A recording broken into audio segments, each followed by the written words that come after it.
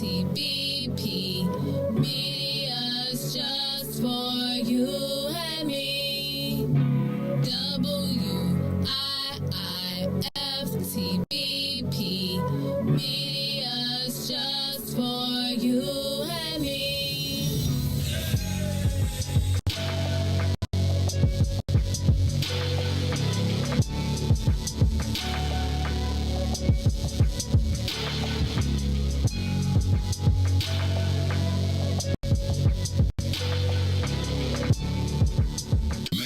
Jackson. If you could make up a social media holiday, what would it be? Randy said National Don't Let No One Put You Down Day. No one. What you gonna do? So when they say something crazy, you slap them? Be like me said. Randy said a Jukathon Day. Man, we about 60 years old. I be done had a heart. You gotta get your heart rate up. Okay, not that far. All right, Mario said my favorite one. My friends and I do what we call National Call Off from Work Day. As a business owner, I don't. You don't like that? Yeah. I don't like that. Because I'm the boss of this thing. We got Marcus Garvey Day from Remy too. Oh, Marcus Garvey Day. All right, what will we do on Marcus Garvey Day? Call off from work. I'm going to need you to go ahead and come in tomorrow. That would be great. Okay? Yeah, right. Every black holiday has something to do with calling off from work. You're cool. I'm out. How about National Join a Positive Black Organization? Because I don't want to be recruited. I don't want to be recruited and the brothers be like, thank you. Thank you. How about National Tell White People the Truth Day?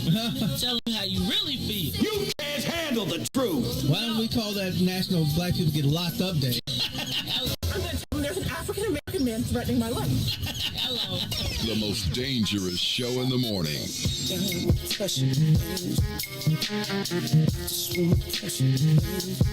Yeah, man. Ideas, man. You don't have to find me. I'm walking right behind you. It's so clear to see. that you wanna be free. You don't have to find me. I'm walking right behind you. It's so clear to see that you wanna be free. Let's go. Standing my ground, I can't mess around now. It's like my time is in a bottle, captured by your love, yeah. Now I know women's got this thing going on. We can't stay around so long, but I wanna come correct. Baby, get your foot off my neck. You don't have to find me. I'm walking right behind you. Understand clearly that you wanna be free. It's the time that you spend making me think within. It's the trust still beginning. Fade away from beginning of the day. I can see you trembling times, and I can see you wondering mine. Is it me considered? Shoot us with it. See, you don't have to find me. I'm walking right behind you, and it's so clear to see, baby, that you wanna be free. You don't have to find me. I'm walking right behind you. It's so clear to see that you wanna be free, yeah. I'm just trying to be the best I can. You can call me the troubling man. Matter of fact, I'm from the side of the street. Baby girl, you're calling on me at the time that I feel the presence around me. Something that I can't let go. It's your time, everything around me there. I just wanna hold on, but you don't have to find me. I'm walking right behind you. It's so clear to see that you wanna be free. I just wanna come correct best I can. Baby, get your foot on my neck. And just before you just leave, baby, I've been trying to tell you I can't breathe. You don't have to find me, baby, baby. I'm walking right behind you. It's so clear to see that you want me free. Down pressure, I just wanna pressure,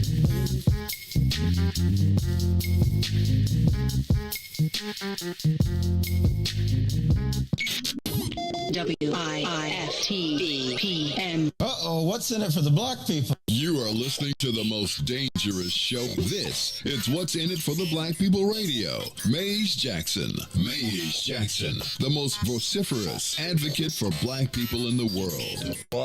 For Ruthie Moore, for Todd Stroger, I am the host of the Maze Jackson Show, asking every single day, what's in it for the black people? And if you don't like it, you can still tell them Maze said, Mayor Lightfoot, man, we ain't accepting that.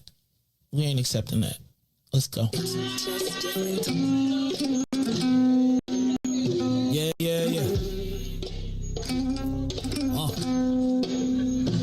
Let's get down to business and go ahead and address the facts, man. Lightfoot seems more lesbian than black. Rahm Emanuel's another case. He was just as tired. 50 closed schools left much to be desired. Police had Anjanette naked on that body cam. They suppressed the footage so it couldn't touch a lot of hands. Reminds me of that 16 shots in that cover up. Both of them similar, so I went and dug it up. George Floyd killed, a lot of riots happening in the town. Southside burning, they wouldn't let them bridges down. Grandmother sick, need a prescription and plus a couple groceries. You gon' have to travel just to get it now. COVID-19 out here shutting all the business down. Not enough SBA loans to even give around. So many failed businesses that you could put them in the pile. If you don't survive the pandemic, it's gon' sit you down. We sing, dance, play ball, entertain, and crack jokes. Government invested black neighborhoods with crack smoke. System that milked us so bad we got lactose. Still trying to find out what's in it for us black folks. We sing, dance, play ball, entertain, and crack jokes. Government infested black neighborhoods with crack smoke. System that milked us so bad we got lactose. Still trying to find out what's in it for us black folks. Shout out to Willie Wilson, hope one day you get to send it. We need some different players in the game to handle business. Too many shady characters like Madigan and Blago. But when you really break it down, it's typical Chicago. City full of gangsters, it's what the land was built on. Same streets with hood legends, DNA get spilled on. Carjackers out here lurking, trying to get they steal on. Looking for a block to put them Hellcat wheels on. Let us give bogus appraisals a red line. Car crackers out here getting minimal fair time. And I'm concealed carry, I stay with the pipe. But Illinois gun laws giving minimal rights. Stay up on the swivel, make sure I'm moving tight. Check all of my mirrors when I pull up to the light. Pick my homie up from out of town, man, he caught a flight. He was hella nervous, told him, shorty, this a way of life. We sing, dance, play ball, entertain, and crack jokes. Government infested black neighborhoods with crack smoke. System that milked us so bad we got lactose. Still trying to find out what's in it for us black folks. We sing, dance, play ball, entertain, and crack jokes. Government infested black neighborhoods with crack smoke. System that milked us so bad we got lactose. Still trying to find out what's in it for us black folks.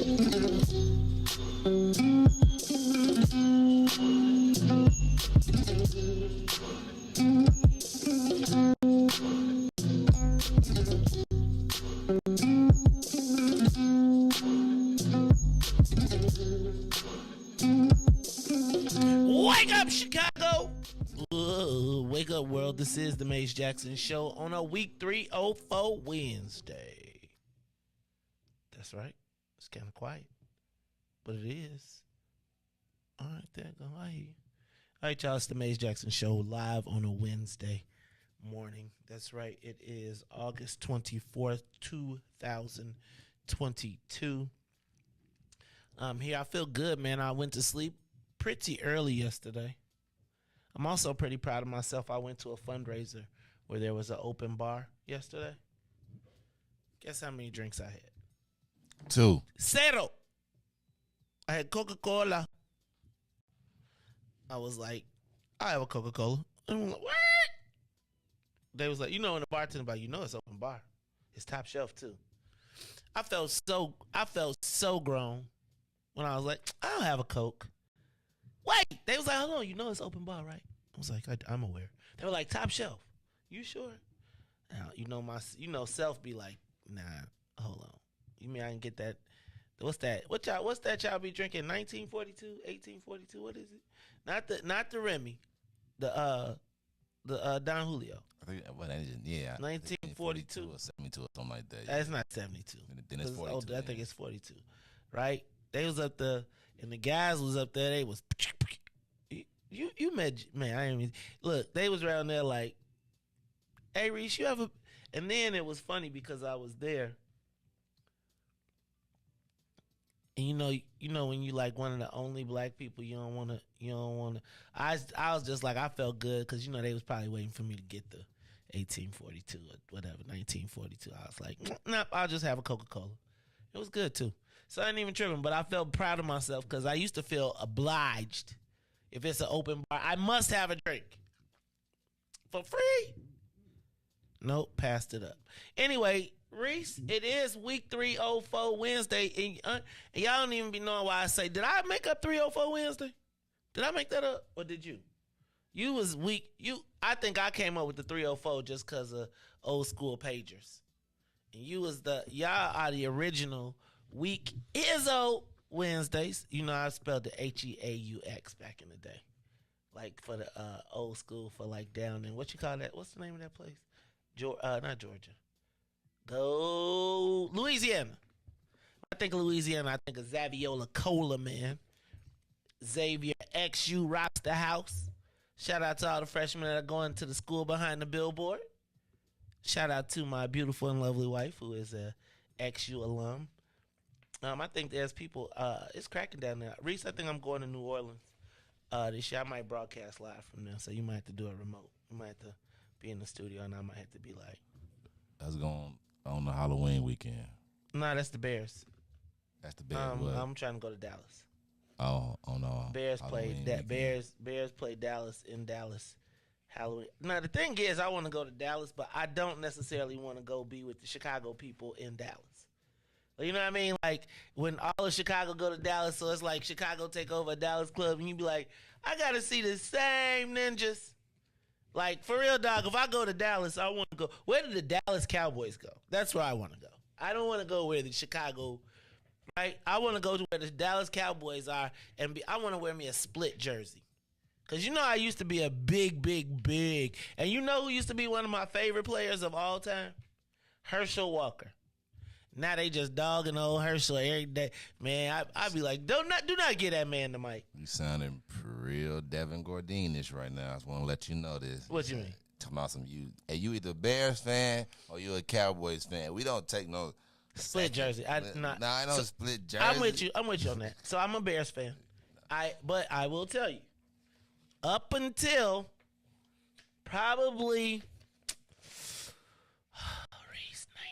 up until about 2005, until I really got deep into fantasy football, I would be rooting for the Cowboys over the Bears. I can see that, you know. And as I got further and further into, I told you, remember I could only watch Super Bowl in the 70s, and it was either the Cowboys or the Steelers. And you know, I was mad Mean Joe Green gave his jersey to the white kid. I was like, all these black kid, you know, cause I'm telling you, Riis, when you was the black kid at the show at the stadium, you, just like that thing about Sesame Street. I feel like black kids knew back in the day you wasn't never getting nothing. Like if they was throwing it into the crowd, if it was the Bozo Buckets. Did you ever see a black person on Bozo Buckets? I don't know if I have. Maybe not till it was too late. Not when I was a kid going to school. You know, that's a good question. Hey, man, I'm just telling you, you knew as a black child, if you went to an event, unless it was an all-black event, you wasn't getting nothing that got thrown out into the crowd. You wasn't catching none of that. So, yeah, man. Okay, so let me stop. All right, y'all, it's the Maze Jackson Show. I'm your host, Maze Jackson. Got my man, DJ Riis the Ruler, on a week 304 Wednesday. DJ Riis the Ruler, how you feeling, man? Blessed by the best. You already know the rest. I'm actually... even though it's a win, like today is the first day I actually like feel like awake or okay. Like I don't know, I was tired of something this week. I don't know what it was, but the last 2 days I literally went straight in and slapped. You know. Hey man, I ain't gonna lie to you, famo. I have been going to I said to myself 2 days in a row, why am I trying to force myself to stay up? So I just said, I'll lay here, and if I go to sleep, I'll just be asleep. No, I lay down. I know I'm going to sleep. I'd be like, hey, somebody's going to be doing something, and I'm not going to be. Yeah, if I lay down, it's over. It ain't no saving me. Tanya, what you mean you listening before the work commute? You better listen to it during the work commute. You better get you some earbuds. Don't be putting them comment. You know, if your comment catch my eye, I'm gonna be like, I'm gonna talk about you. So Tanya, you better get you some earbuds. I don't know how you get to work, but you got to keep the show on till we go off. I don't know. You can't start at 6 and get off at. What you think? You get it start at 6 and leave at 6:30? Yeah, what you thought? What you thought? No, today y'all gonna want to be on this show. Are y'all gonna want to hear this show? Or y'all are gonna want to hear this show today? Yeah, man. We got. I got to know. I got some questions. Plus, Riis, I think right here on the Maze Jackson Show yesterday, although the story was pointed out to me by someone else, Riis, I truly believe yesterday we hit on what is probably the most... I don't know, do y'all remember me telling y'all that these next 2 election cycles is going to be the 2 most important election cycles for Black future? I swear I said this. I swear I did. I swear I said it around the whole fact of who got elected, sanctuary cities, all of that good stuff. And Riis, then yesterday we uncover the largest voter disenfranchisement program that I can recall. I feel like it's bigger than anything that we heard about in Georgia or any of the Republican moves, and it's happening right here. And apparently y'all need to keep on calling down. So we need to get the number to the Board of Elections, and we need to keep on calling them. Apparently some of y'all called yesterday, and they caught an attitude. But the problem is, and here goes the thing, the brother that's in charge, so you know how they do this, though, Reese? What I realized is Lance Goff is no longer there. And if y'all don't know, Lance Goff was the longtime election commissioner, executive director. And so you know how when you got somebody that's got a personality that's super strong, and they ain't gonna let you run over black folks. Lance Goff was the black person in charge of elections, and over the years he amassed a level of power, influence, and you don't realize how much you miss those people when they leave. And then they hire a new executive director who is a black man who is a real good dude, but he's not in a position of strength. So when they want to pull it, they get to pull it. Now, I want y'all to understand that this is just going to be crazy. I just don't know how y'all... I just don't know if anybody understands how big of a deal it was. And I think we really have got to make sure nobody shared the story, but it's really important, man. It is like, we're going to have to talk about this a little bit, but we'll talk about it some more in a minute. Reese, did we get the soul plane up? So let's do this. So DJ Reese the Ruler, you feeling good? You blessed by it. Blessed by the best. You already know the rest. I'm feeling good. Ruthie ain't back till Friday, so we can get this thing up out the way. Let's get this thing up, and away. This is the Maze Jackson Show. I am your host, Maze Jackson. Got my boy DJ Reese the Ruler. Let me hit some of these headlines real quick. Did you see they found the Jeffrey Pub killer? Caught. Said he left the club, said, I got something for y'all.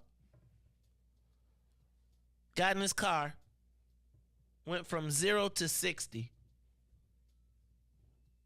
They said the pedal was 99% depressed. So he hit the gas and drove through 4 people, killing 3. The crazy part is they said he wasn't necessarily one of the people fighting, but there was a lot of people fighting outside. Reese, first of all, tragic. They said he'd been he'd been in jail twice for aggravated battery. So you know he was probably already volatile. Somebody must have, I guess I just don't, man, Reese. That's crazy. That story just, that like vehicular homicide like a mug. Like I can't imagine that. I just can't. You know how you see those videos where they show people getting hit by cars and flying up and keep walking? Like they make it look like it's funny or it's cute. That is a crazy story to me. I cannot, these people plowing through cars, taking their cars and plowing through, that's crazy. Very.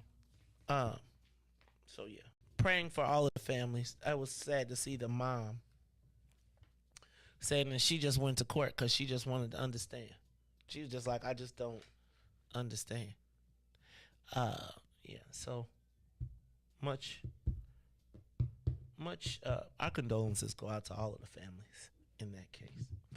All right, Reese, we gonna have to find the derivative of still OJ, and we gonna have to get that okay, I think the mayor is finding out that she is, you know how I be like, we all Negroes now. We all Negroes now. The mayor, did you see that she accused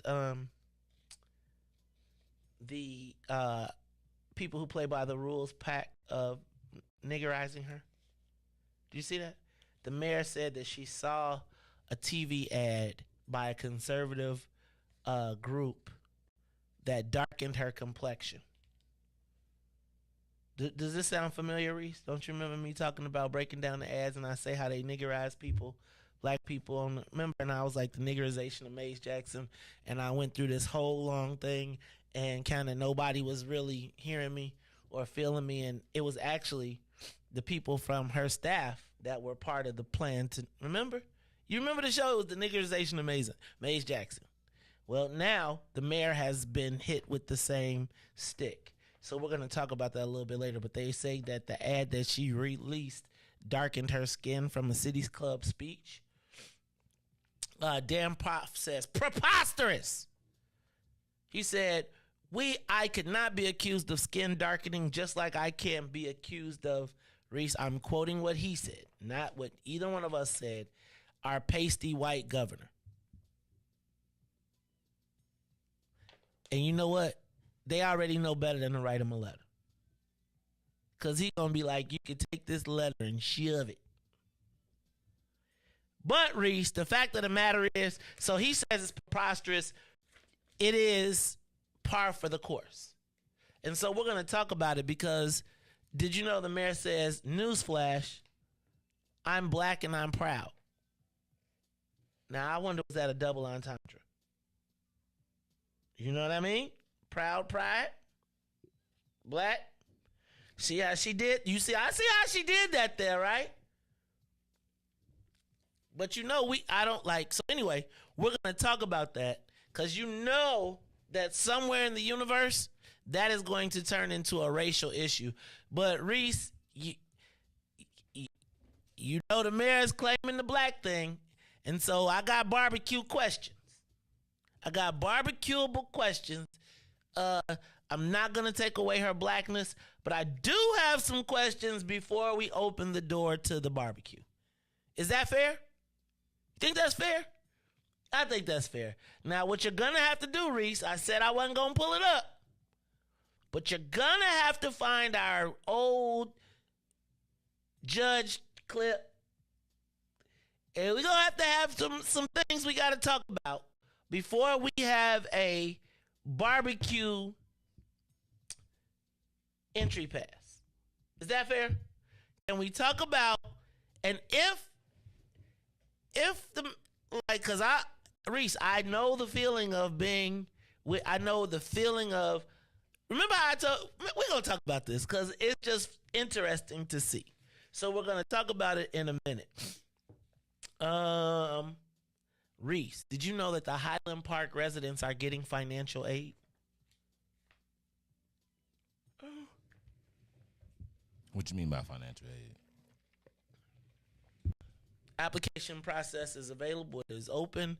If you live in Highland Park and you need money to help with the trauma, funding is now open and available.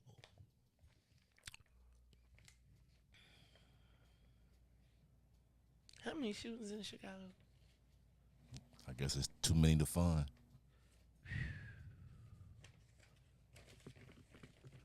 That's kind of deep, right?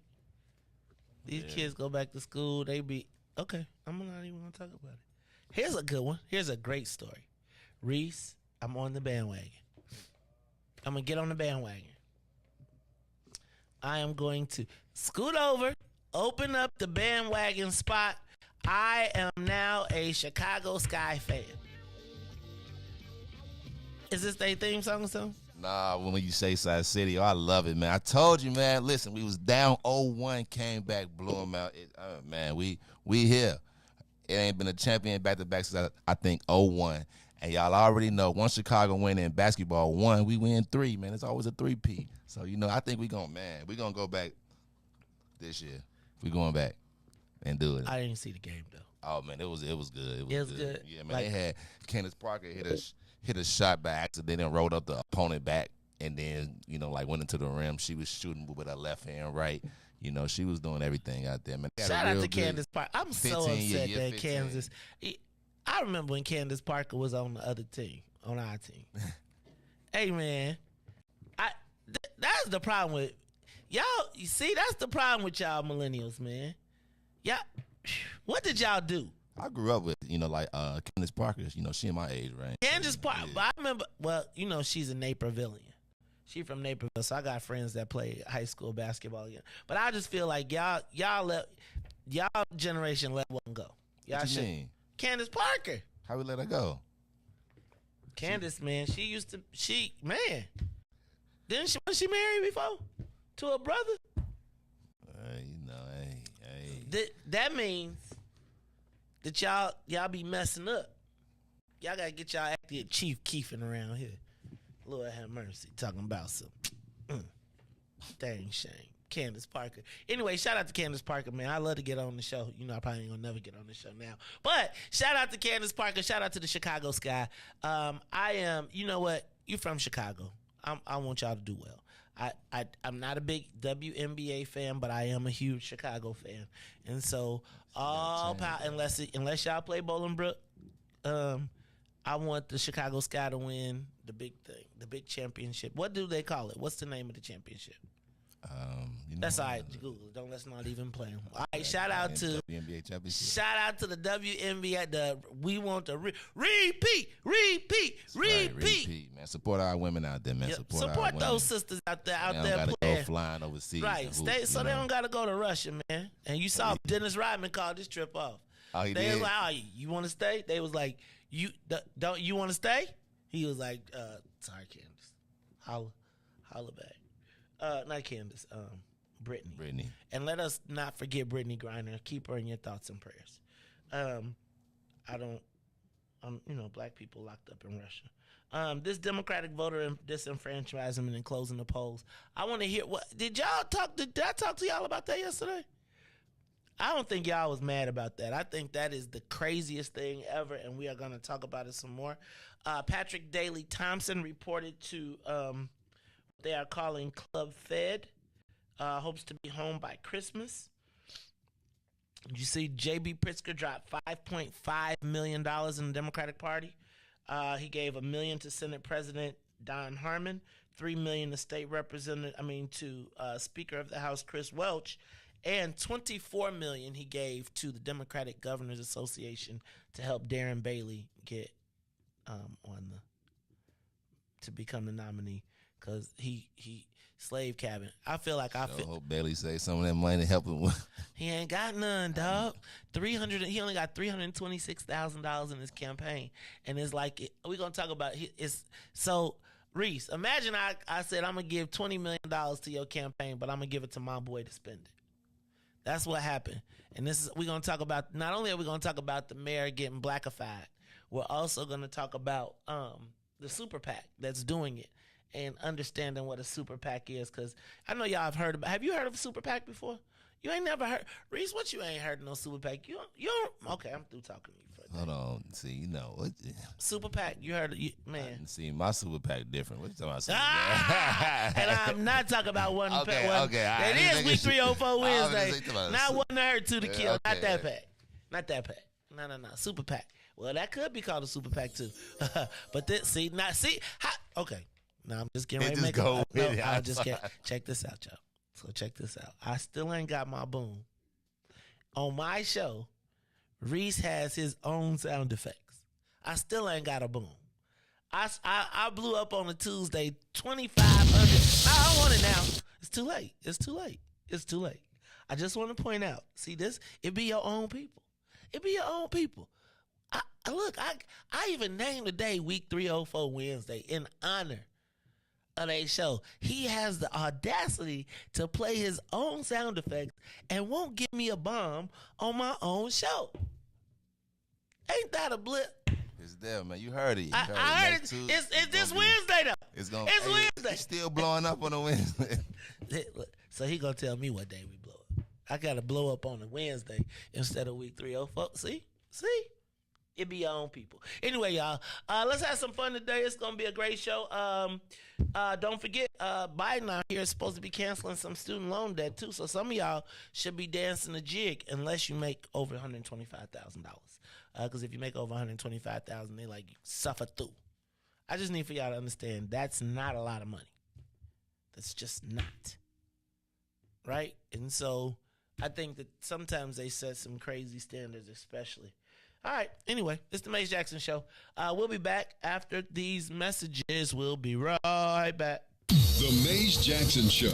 We'll be back after this break. This is Monster Jam, the official Monster Truck Series. Witness the world's best drivers competing in your favorite Monster Jam trucks. in the action. Let's hear it. Make some noise. Brought to you by Great Clips. Get your savings coupon from participating Great Clip salons and save 20% on select tickets. See savings coupon for restrictions and details. Coming to Allstate Arena September 16th through 18th. Maze Jackson. Tune in to the Maze Jackson Show every day, Monday through Friday from 6 to 9 a.m., where you can catch us on YouTube, Twitter, Twitch, and Facebook Live. Plus, from 6:30 to 8, you can get us on WBGX 1570 a.m. That's right, it's the Maze Jackson Show, where every single day we ask the question, what's in it for the black people? And if you don't like it, you can still tell them, Maze said. We out of here. Peace. And now, traffic and weather. Yo, who said devotion had to be sad?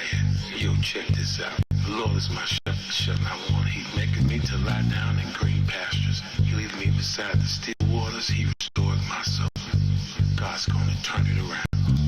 Come all the way with me. Good morning. What's in it for the Black People Media family? The time is now 6:38 a.m. I'm Reach the Ruler with your Chicagoland area sports, traffic, and weather update. As we head over to sports, the Chicago Cubs and St. Louis Cardinals will split a doubleheader yesterday, while the White Sox lose 5-3 to the Orioles. In the WNBA, the Chicago Sky get it done in New York as they beat the Liberties 90-72. As we head over to traffic now on the Kennedy, O'Hare to the Loop, 28 minutes. Outbound to O'Hare will be 21. On the Edens, from Deerfield to the Exchange and back will be 28 minutes. The Eisenhower, Thorndale to the Loop, 41 minutes, 28 minutes back out to Thorndale. While the Stevenson is 42 minutes. I-355 to the Dan Ryan. Outbound will be 30 minutes. The Bishop Ford, I-80 to the Dan Ryan, 42 minutes, 28 minutes to I-80. While the Dan Ryan is 21 minutes to the Loop, 12 minutes to 95th. On DuSable Drive South, 55th to Jackson and back will be 7 minutes and 8 minutes north. That's Randolph to Bryn Mawr and Bryn Mawr to Randolph. Today's weather, it is currently 70 degrees. Today will be a high of 82 with a low of 66. I'm Reese the Ruler. Happy Wednesday here on The Maze Jackson Show. Oh, yeah. Oh, yeah. Come all the way with me. Don't leave me now. Come all the way with me. Oh, please.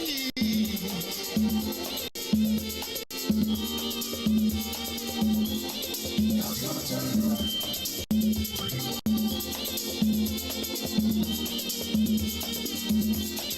God's gonna turn it around.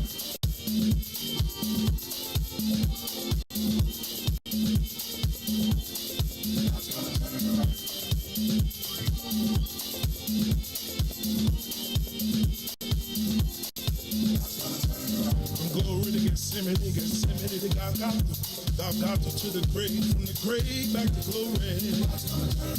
Glory to Gethsemane to Golgotha to the grave, from the grave back to glory.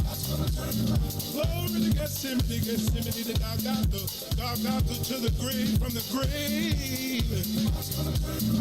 Glory to Gethsemane to Golgotha, oh, Golgotha to the grave, from the grave. Dear Lord, it's me again.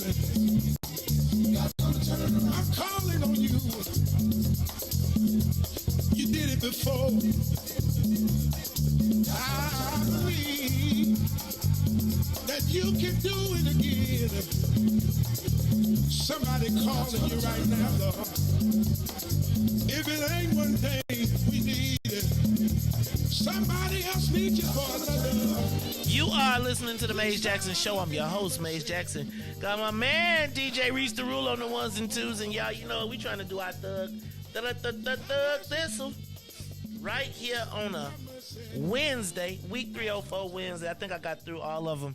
Janessa, excuse me, what your name is? I don't know what your name is. Today said he should do at least $50,000 in student loan debt. Did you know the average Illinois amount of student loan debt per student don't blah, blah, blah, blah. The average student loan debt for Illinoisans is $38,526. $40,000 the average person is running around here with in student loan debt. And you know who they say it is? It's not the young people. You know who they say it is? It's the 40 to 60s. It's the people between 40 and 61 that have the most. All right, you're getting carried away. You're getting carried away. You're getting real carried away. We might have ATV for it. You're getting carried away. Now they go to the finals. If they go to the finals, we'll put it on the TVs. But y'all gotta bring some jerseys, right? Or we'll sell. Now the problem is, we could go to Ukrainian Village, I bet, because they got Ukrainian colors. Probably could go get you a Sky jersey. All right, y'all. It's the Maze Jackson Show. Let me say what's up to some people out there. Shout out to Ena F. Miller. Shout out to Erica Swain Farrell, and shout out to Brian, who just had a birthday, I believe. Shout out to Brian. Shout out to Intwa Dumela. It was good to see you out at the Treasure Hendricks March. Robin Patrice, y'all make sure y'all go shop with my girl. Her stuff is cracking. Her internet's be crack-a-lack-a-lacking. She got the works going on. Don't tell Carrie I forgot to send you her information so you can make her Tumblr. But you know how I feel about group. Don't be calling me about asking how to make somebody else a gift if you ain't got it for me. If it ain't no Maze Jackson morning show, I told you that's all right. Carrie, reach out to what your name is and give her your information. Call me up, talk about it. And send me that whatchamajigam information one more again, because I might still pull it. Shout out to Alvin E. Norton, Regina Gibson, Lawanza Kinsey. Shout out to Zaviola Coleman.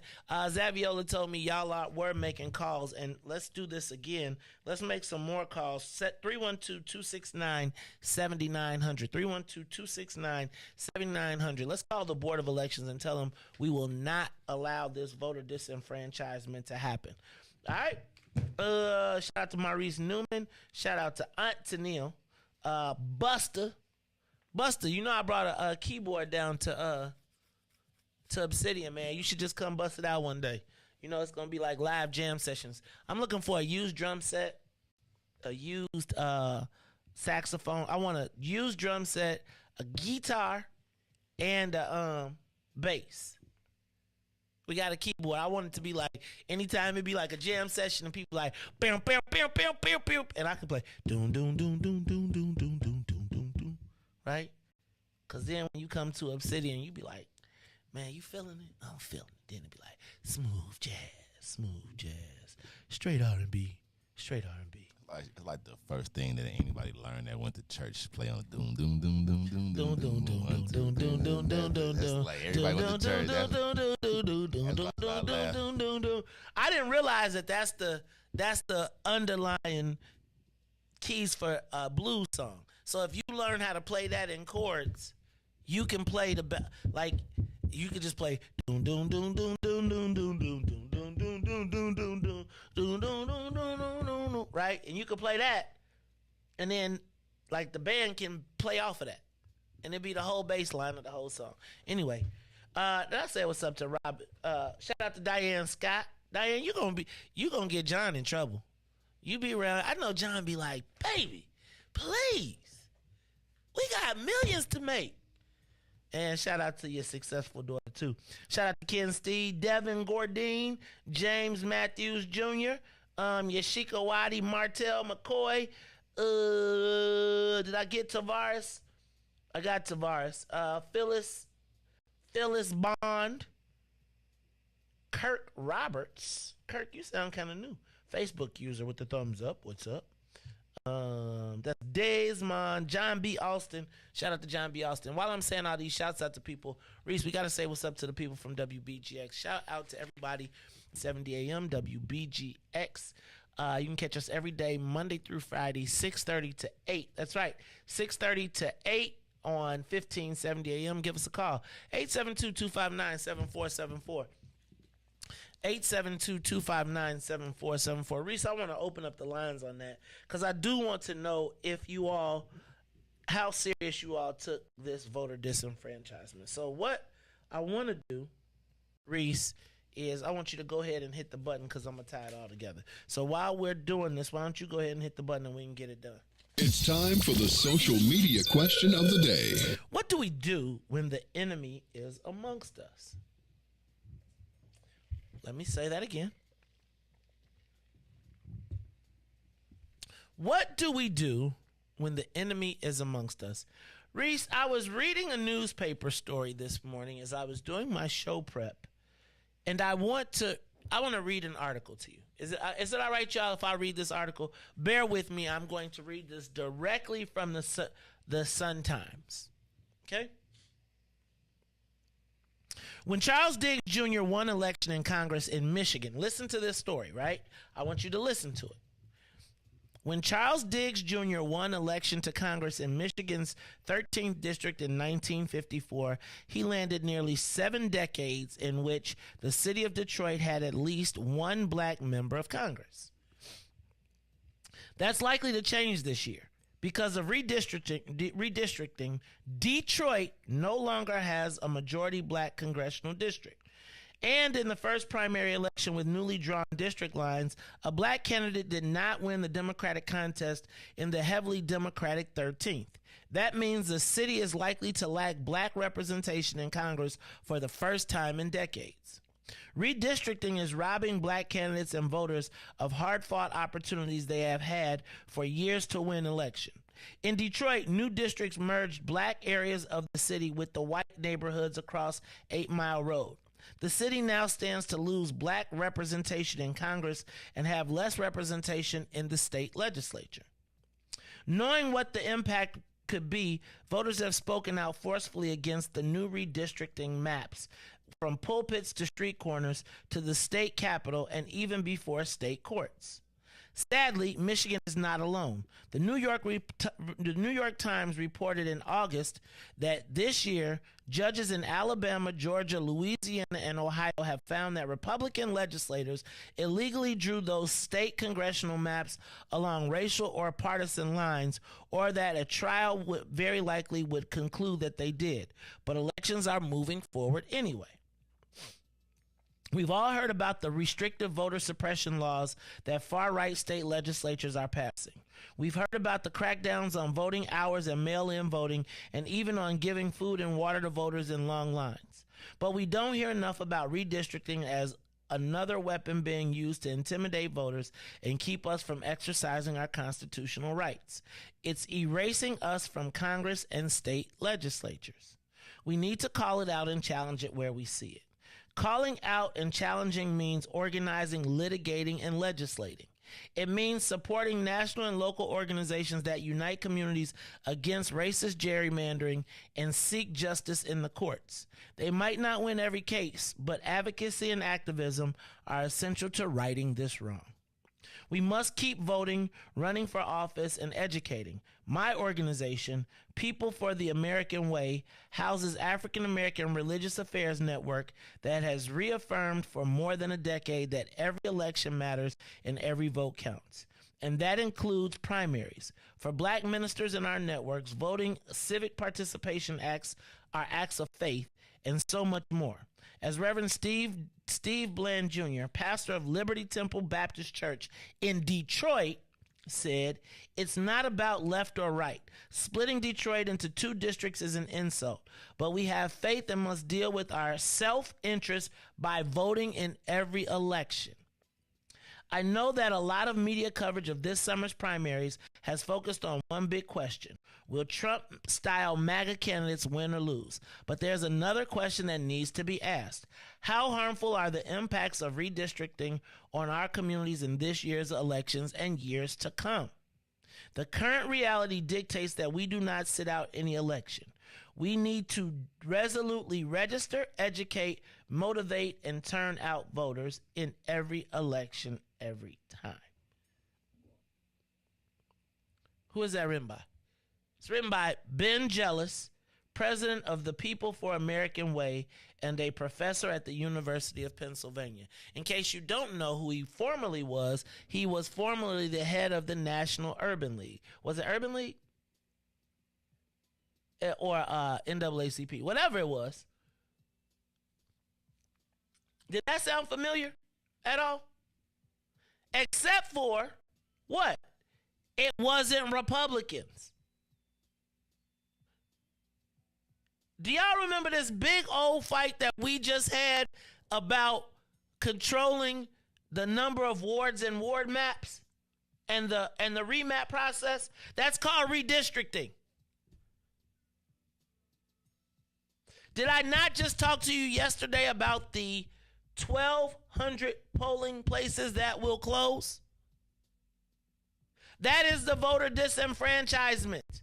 Do y'all see that? Did you hear who they listed? What's crazy is in this, they listed all the southern states. They said Alabama, Georgia, Louisiana, and Ohio. But this is written about where? Detroit. Think about the gravity of this, y'all. When you think about the blackest city in the country, can we not agree that people consider Detroit like the blackest city in the country? I.e., that's why they use it as a negative. Imagine the fact that now Detroit City does not, even with its black population, now does not have a black representative in Congress. Now let me put this in perspective for you. And I want you to see, remember John Conyers? Does anybody here remember John Conyers? And I think this is where historical perspective comes into play, and we have to watch when we allow them to take out our or redefine our heroes. So John Conyers, does anybody know H.R. 40? H.R. 40 was the bill to study reparations. It was his life's work. He was the Democratic congressman from where? Detroit, from Michigan. He was elected and he became one of the most powerful elected officials in Congress because he had a solidly black district that would put him in and they couldn't beat him, and he was there for years and years and years and years until what happened, Riis? Me Too. And he got Me Too'd out of office, and we let them run him out of office, and now here we are. That was in 2019. We are now in 2022, and now Detroit City, which was once the stalwart, the champion of reparations, now no longer has a black representative in Congress. Detroit. In the meantime, now that happened with Democrats in control. Did you hear they said that this is, so now here we sit in Chicago. Can you imagine in 10 years what happens to Danny Davis's district?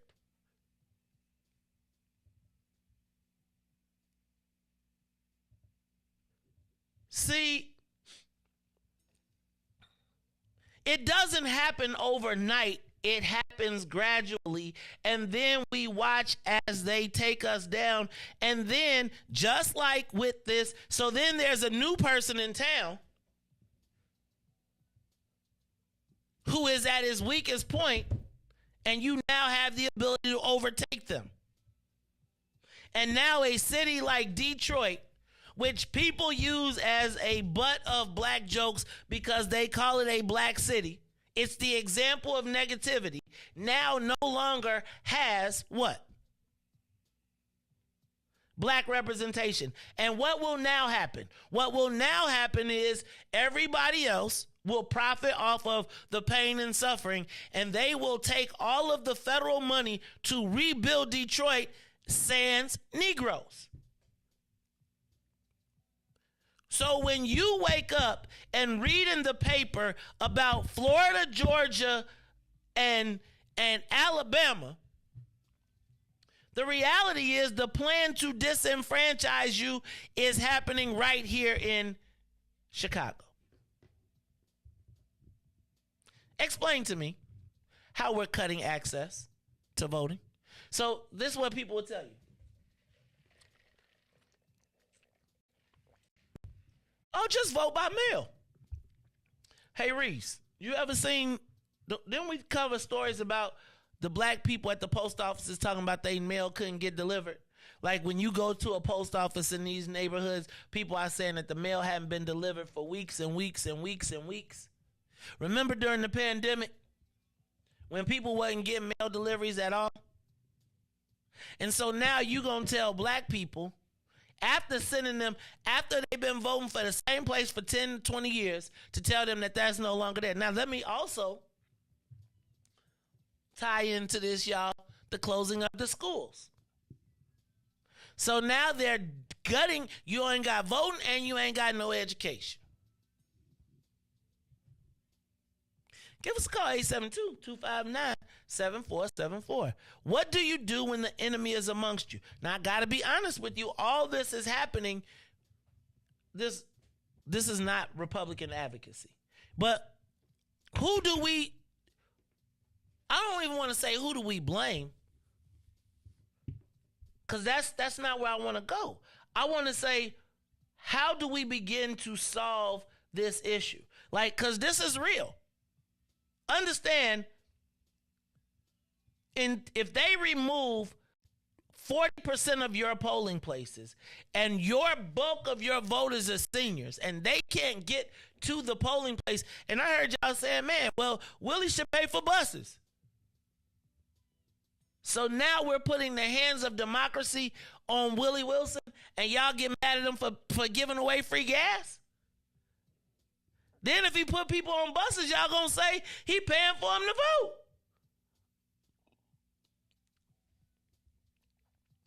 And what's crazy is, somebody was talking about it in the chat yesterday. They said that they went to the polling place, but if they went to their polling place, if they didn't have a car, they would not have been. Oh, I think it was Salim.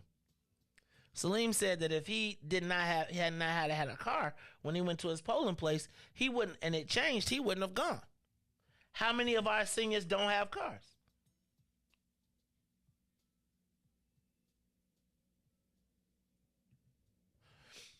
And so I got to ask you, who do we hold responsible for this? There's Charles Holiday. Now, I'm going to tell you, from my understanding, Mr. Holiday has been given an ultimatum, which is, you're going to do what we tell you because there's a board. Now, then my question is, well, how do we get to the board members? And who are the board members that we can affect or impact? Give us a call, 872-259-7474. Riis, we're going to take a quick break. When we come back, we are going to get the answers to the social media question of the day. Plus, we're going to talk about the mayor still OJ. I like to call it, you know how they Negroize us. We're going to talk about it in a minute. We'll be back. The Maze Jackson Show will be back after this break. Why money ain't free? Why can't you just give it to me? I don't want to work for nobody. I'd rather keep doing me. Why money ain't free? Why can't you just give it to me? I don't want to work for nobody. I'd rather keep doing me. Why money ain't free? Up in the morning with the frown on my face, cause I know it's another day that I gotta face. Smile for people I don't wanna see, working at a job that I don't wanna be, breaking my back to the bone with nothing to show. But I got dreams and goals, but as soon as I clock in, I'm ready to go. So there's one thing I gotta know: why money ain't free? Why money ain't free? Why can't you just give it to me? Give it to me. I don't wanna work for nobody. I'd rather keep doing me. Why money? Why can't you just give it? Why can't you just give it? I don't wanna work for nobody. I'd rather keep doing me. Why money ain't free? Working in that 9 to 5, got your girl hella tired. Why won't they let me be? Now I understand why my mama always used to ask that I think money grew on trees. I got these bills after bills and they they just keep coming. Working overtime, but my pockets ain't flooding. Yeah, my funds low. Adult life is gay. Why it ain't free? Why can't you just give it to me? Why can't they just give it to me? I don't wanna work, but nobody. I'd rather keep doing me. Why money ain't free? Yeah. Why can't you just give it to me? I don't wanna work, but nobody. I'd rather keep doing me. Why money ain't free? How the money ain't free? Every 5 minutes, kids bothering me. They seem to think that money grows on trees. Always asking for allowance and clean one thing. I'm sick and tired of my funds being low. Spent the whole bag on the groceries at the store. Got a little something, but I need a little more. And I'm a single mama, you should already know. Why money ain't free? Why the money ain't free? Why can't you just give it to me? I don't wanna work, but nobody. I'd rather keep doing me, doing me. Why money ain't free? Why can't you just give it? Won't you give it to me? I don't wanna work, but nobody. I'd rather keep doing me. Why money ain't free? Why the money ain't free? Why money ain't free? Why money ain't free? Yeah, why money ain't free? Back to the Maze Jackson Show. You are listening to the most dangerous show. This is What's in It for the Black People Radio. Maze Jackson. Maze Jackson, the most vociferous advocate for black people in the world.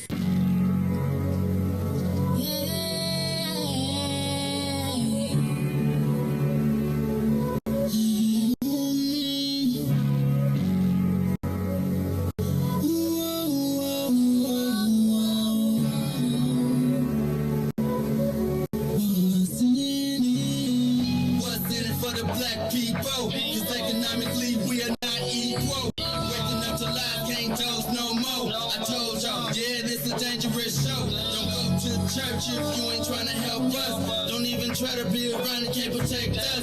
We see the lies, not other politicians. We need money and no symbolism. It's Maze and Riis and Ruthie and Ty, explaining how we all come from God, giving us tools to beat the odds. If we united, our movement gon' stop. If they ain't trying to help us, they ain't trying to do nothing. We gotta do something, we gotta stop running.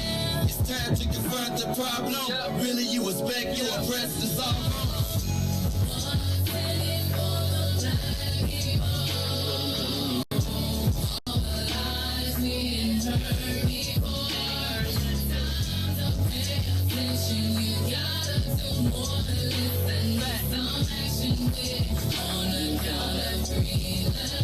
Wake up, Chicago! Wake up, world. This is the Maze Jackson Show. I'm your host, Maze Jackson. Got my man, DJ Riis the Ruler. And I'm just talking about what happens when the enemy is amongst us. Ben Jealous, that article that I read was a commentary from Ben Jealous, who's the former president, national president of the NAACP. I want to put this in perspective. Because I was trying to communicate with you all yesterday that Cook County, or excuse me, the city of Chicago, first of all, Cook County cut 10% of its precincts in the dark of the night. Nobody really knew. It explains a lot of why people were telling us that they went to polling places and nobody told them. So that's it. But now here we are in the city of Chicago where we know a full-scale plan to remove us is happening. And we find out that the city of Chicago is eliminating almost 40% of the precincts. Knowing that the south side and the west sides are spread out as compared to the concentration of the north side, we know that that's going to disproportionately impact black voter turnout.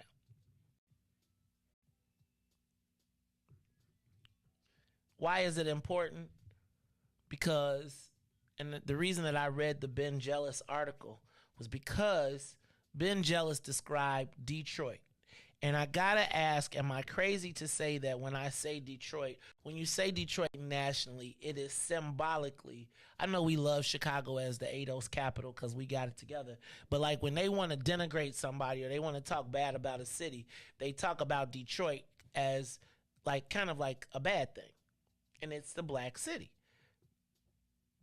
Detroit for so long was like a sister city to Chicago in its blackness, in my estimation. And it is often, we're often compared what we don't want to be. Big city that failed, sort of. And now that city no longer has will no longer have black representation in Congress. When you think about that, that is where John Conyers comes from. And I just want to put this in perspective real quick. As our champions, John Conyers was the sponsor of House Bill 40. Let me read it. And I'll just read just a little bit from the AP. A House panel advanced a decades-long effort to pay reparations to descendants of slaves by approving legislation Wednesday that would create a commission to study slavery. Now, hold on. Let me get your date on this. This is April 14th of 2021. Now, this is all symbolic after the George Floyd stuff. It's the first time the House Judiciary Committee has acted on the legislation. Still, prospects for a final passage remain poor in such a closely divided Congress. The vote to advance the measure to the full House passed 25-17 after a lengthy and often passionate debate that stretched late into the night. The legislation would establish a commission to examine slavery and discrimination in the United States from 1619 to the present. The commission would then recommend ways to educate Americans about its findings and the appropriate remedies, including how the government would offer a formal apology and what form of compensation should be awarded. The bill, commonly referred to as H.R. 40, was first introduced by Representative John Conyers, Democrat, Michigan, in 1989. The 40 refers to the failed government effort to provide 40 acres, 16 hectares of land to newly freed slaves as the Civil War drew to a close. That originated in Detroit by John Conyers, who, if you would have asked anybody 10 years ago, would Detroit not have black representation in Congress, where John Conyers was the lion, one of the lions. John Conyers was way bigger in my estimation than, what's my man, Good Trouble? I can't think of his name right now. Frat brother, too. John Lewis. Right? John Conyers makes me think of the Dorothy Tillman fighters that we don't necessarily have that were unabashedly black. And now to think that where that legislation originated, there will be nobody black to even defend it. So imagine Detroit not even voting for reparations in Congress. How crazy is that? Let's go to the live line. Callers, there's the biggest voter disenfranchisement in Illinois history going on right now, and the enemy is not the Republicans. What do we do? Caller, what you got? Hello, what's happening, Maze? This is Lawanza Quint. What's up, Luanza? How you feeling, man? You calling? You trying to get on the call? You trying to get in the call club? What's going on, brother? Oh, man, I'm trying to get on the show, big brother. Just laughing at you. Yeah, you're big trouble, dude. Isn't that John Lewis? Yes, that was John Lewis. You're right. I got it. You know, I kind of want to take us back a little bit, you know, to kind of get some retrospective about why we're dealing with this black voter disenfranchisement, depopulation, as well as gerrymandering. We got to ask ourselves, how come we find ourselves in the Democratic Party in the first place when originally the party that gave the black man the right to vote was the Republican Party? Now, I'm not proselytizing Republicans or anything like that. But we need to ask ourselves, how did this occur? And even if I kind of, say a little bit about that. Go ahead. Let me tell you what went down. Now, blacks were in the Republican Party, and we know that was the party of business. Chicago is famous because of the black metropolis that gave rise to Senstack, the Chicago Defender, Johnson Publishing, and a whole host of other businesses. And see, they were Republican voters. The policy game and all of that sort of thing that gave rise to today's lottery system. What happened? What happened was, after World War II, when they liquidated Nazi assets, the fascists and Nazis infiltrated the Republican Party, okay? And because you had so many blacks in it, and then what they sent the country into a depression, and then put up this quizzling puppet called FDR, who was set up by the bankers over on Wall Street, because you didn't see him for 16 years. He had polio, so they were behind running the scenes, sent the country into a depression, and then had created all of these social programs pushing black people into the Democratic Party. Now, what they have done, they've taken away blacks in the Republican Party going into the 60s. Okay, that was a party of business. Now we have been pretty much hoodwinked by that, and we've been used and manipulated that by the Democratic Party. Now it's part of their 50, 60-something year plan. Now we find ourselves not having any safety nets there either. See, this is all part of a master scheme, and it's coming from the financiers in New York and in other places. Okay? Okay. I'm going to take that. That is my man, Luanza Quince. I appreciate you, man. All right, we got anybody else on the line? All right, y'all, that is the Maze Jackson Show. I just don't know what we do, man. I got to say that I got a challenge.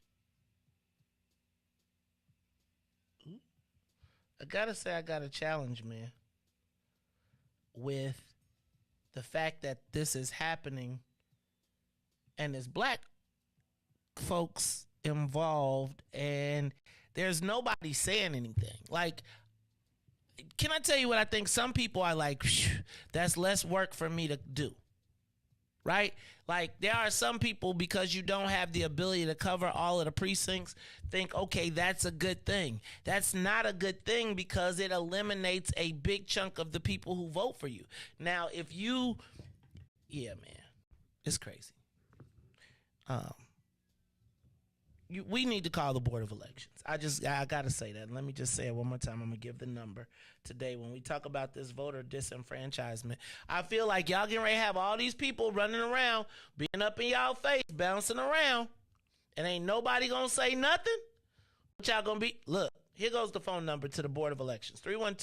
312-269-7900. 312-269-7900. Let's call and let's ask them. You want to speak to the executive director.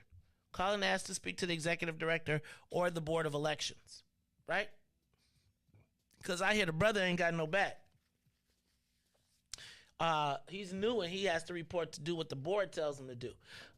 Give us a call, 872-259-7474. But y'all need to call 312-269-7900. I don't think no white folks are worried about voter disenfranchisement, because they're going to be straight. You know, if it negatively impacts black, how they say it, if white folks catch a cold, we get the pneumonia.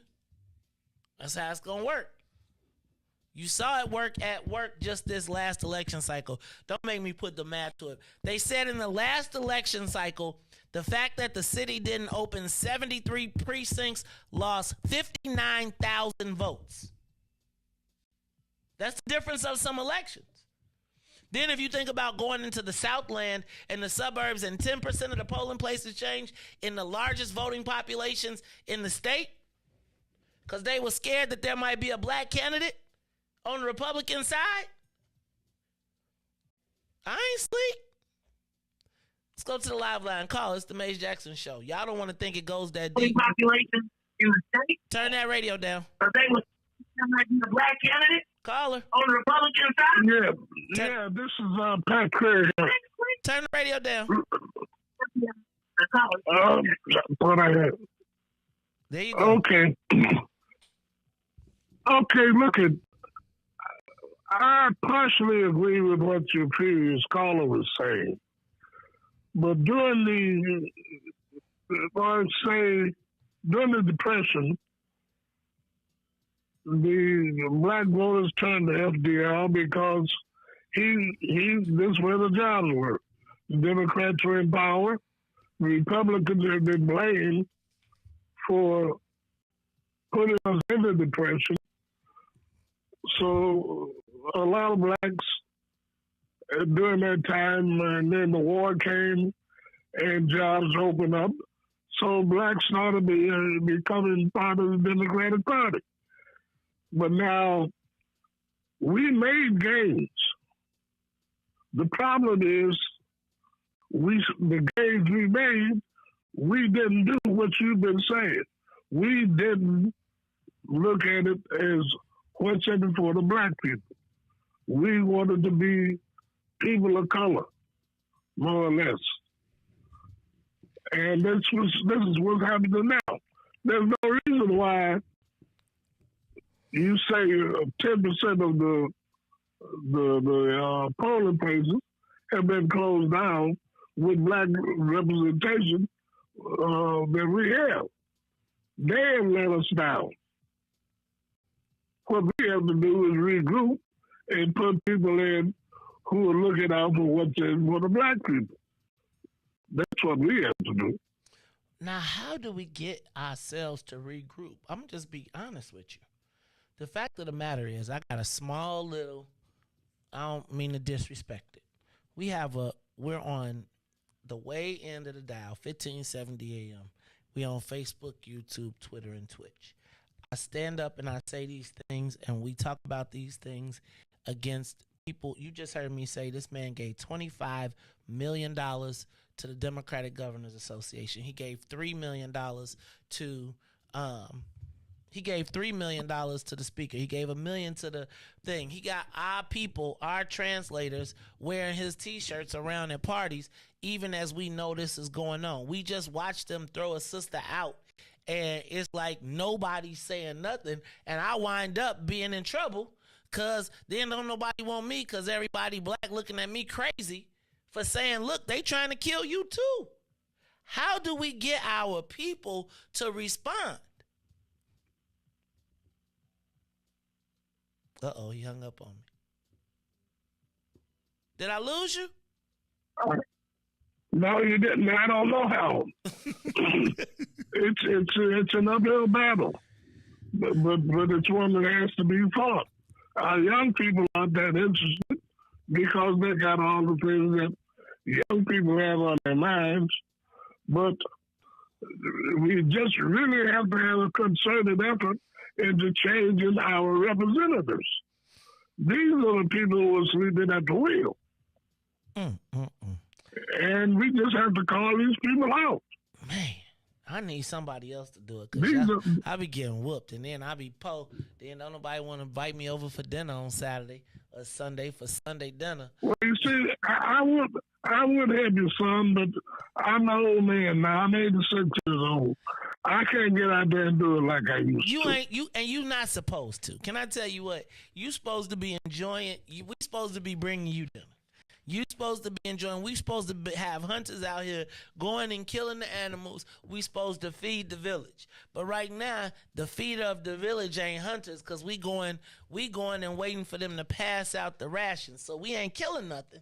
We ain't hunting. We waiting for them to give us the prepackaged meat, and in exchange for the prepackaged meat, we be quiet. I appreciate your call, doctor. Thank you, brother. I appreciate you. I appreciate you. I appreciate you. Reese. Is it me? One more time, I'm going to say, dear Lord, would this... Ooh, I got him. I had to get him, man. You know what happened last time when that light fell? Oh, Lord. That light gonna fall on you. Oh, no. Man, we got to... Whatever is going... Look, that's crazy. That look crazy on the camera.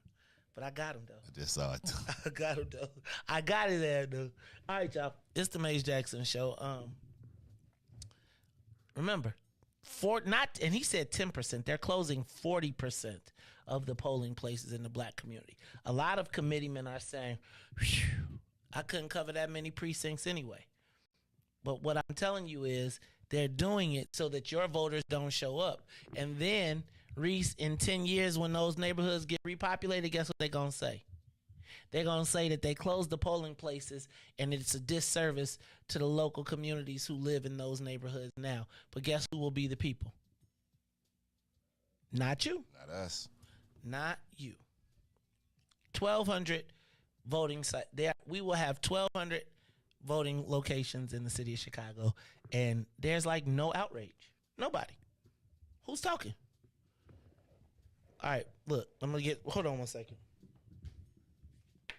You know, when you get the fruit fly and you kill them, you got to get the white. Get my hands straight. Ooh, these the bleach ones. Yikes. Now my hand's gonna be dry. All right, y'all, it's the Maze Jackson Show. Now you gonna, you know what I'm saying, start turning colors like MJ. Anyway, Riis, I want to talk about this new thing. See if the audio works, if you can get the road to work.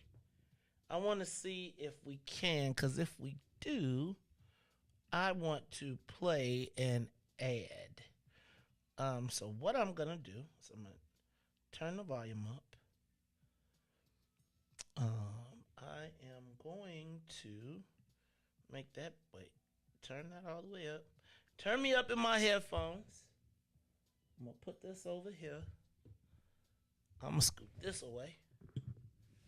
And see if we get audio. You got it? You got the chord switched? All right, let's see if it works. Let's try. You want the chord switch, or you using it from the switcher, or you? I'm playing it. Because, you know, from your switcher, it's connected on here. But if you play it from your computer, I got to switch the chords real quick. Oh, it should be on my switcher then.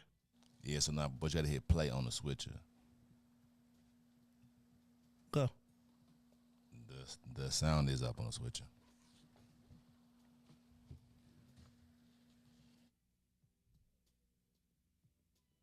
Anything? No? Is yo? No, it's not there right now. Hold on.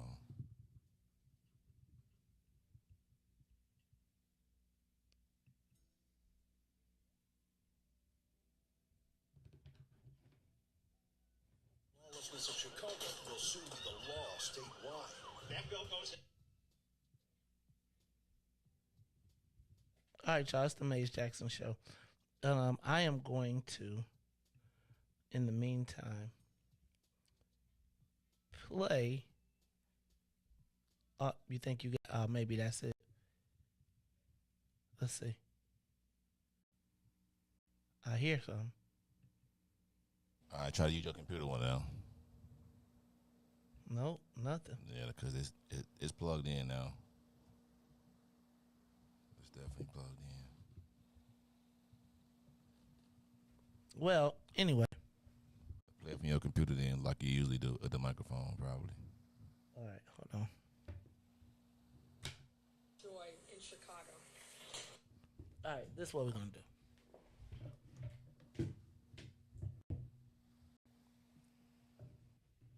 I am going to let you hear the audio, and then we're going to talk about the Negroization of Mayor Lori Lightfoot.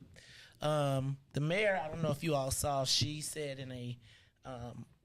she said yesterday in a press conference that she was bothered. Well, back up. She said she was proud to be black. So this is what I'm going to do. I'm going to play the ad. Riis, you got the volume up on that mic, on the Ruthie mic, and I am going to play the ad, Summer of Joy. It will be the summer of joy in Chicago.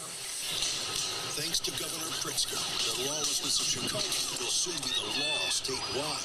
That bill goes into effect. Our hands will be tied. All their bonds will be extinguished on January 1st. We're going to have violent criminals out on the street. That's why 100 of Illinois' 102 state's attorneys oppose Pritzker's mandatory release of violent criminals. Stop Chicago violence from coming to your town.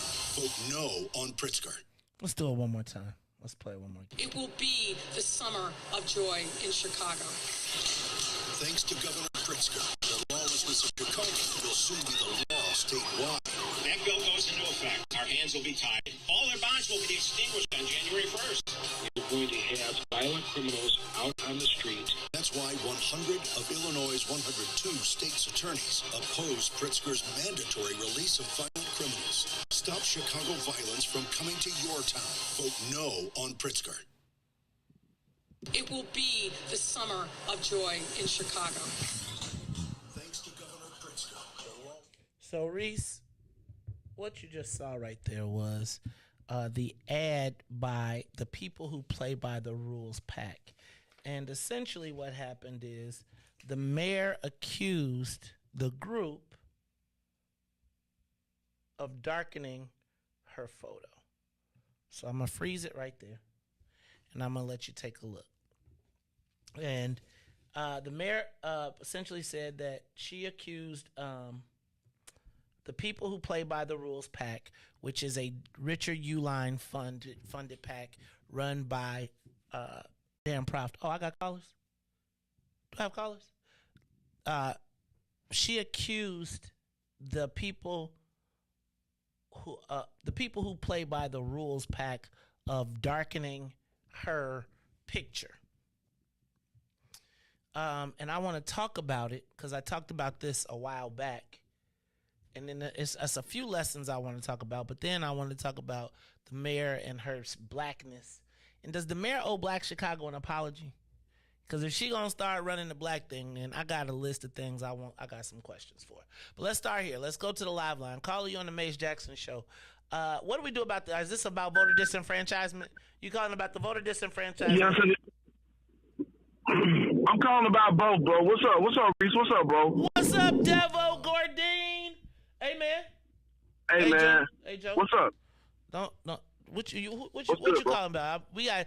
Hey, Riis, keep your finger on the trigger. This is a fake Bears fan. Mario, I got you, dog. Go ahead. What's up, Devo? No, man. I might let you slide today, Devo. Buddy. He was still talking that Cowboys talk today earlier, so I might let you slide, Devo, today. You know, get you a little go ATL in there real quickly.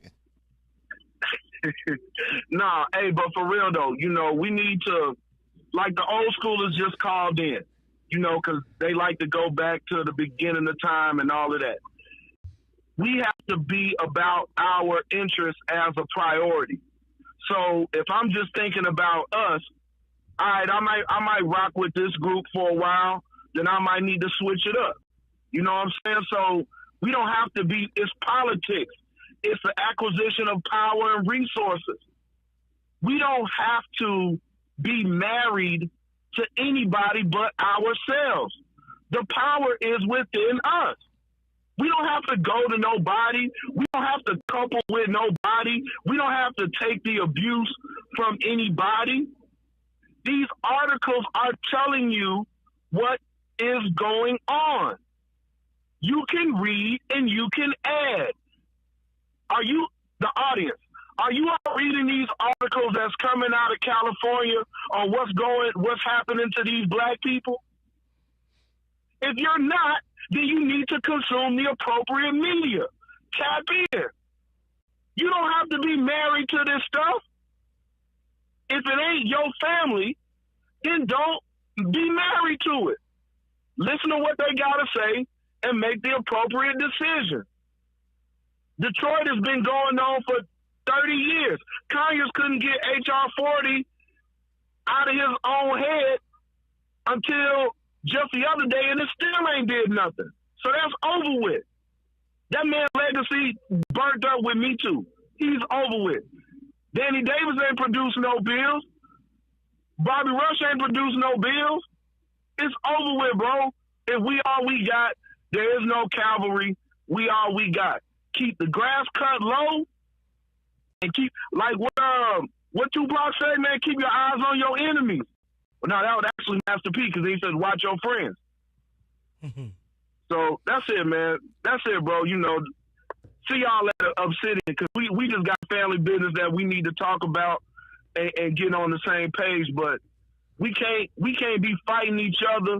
Ladies, don't blame the men, and men don't blame the ladies. We just got to work on this together because we ain't winning.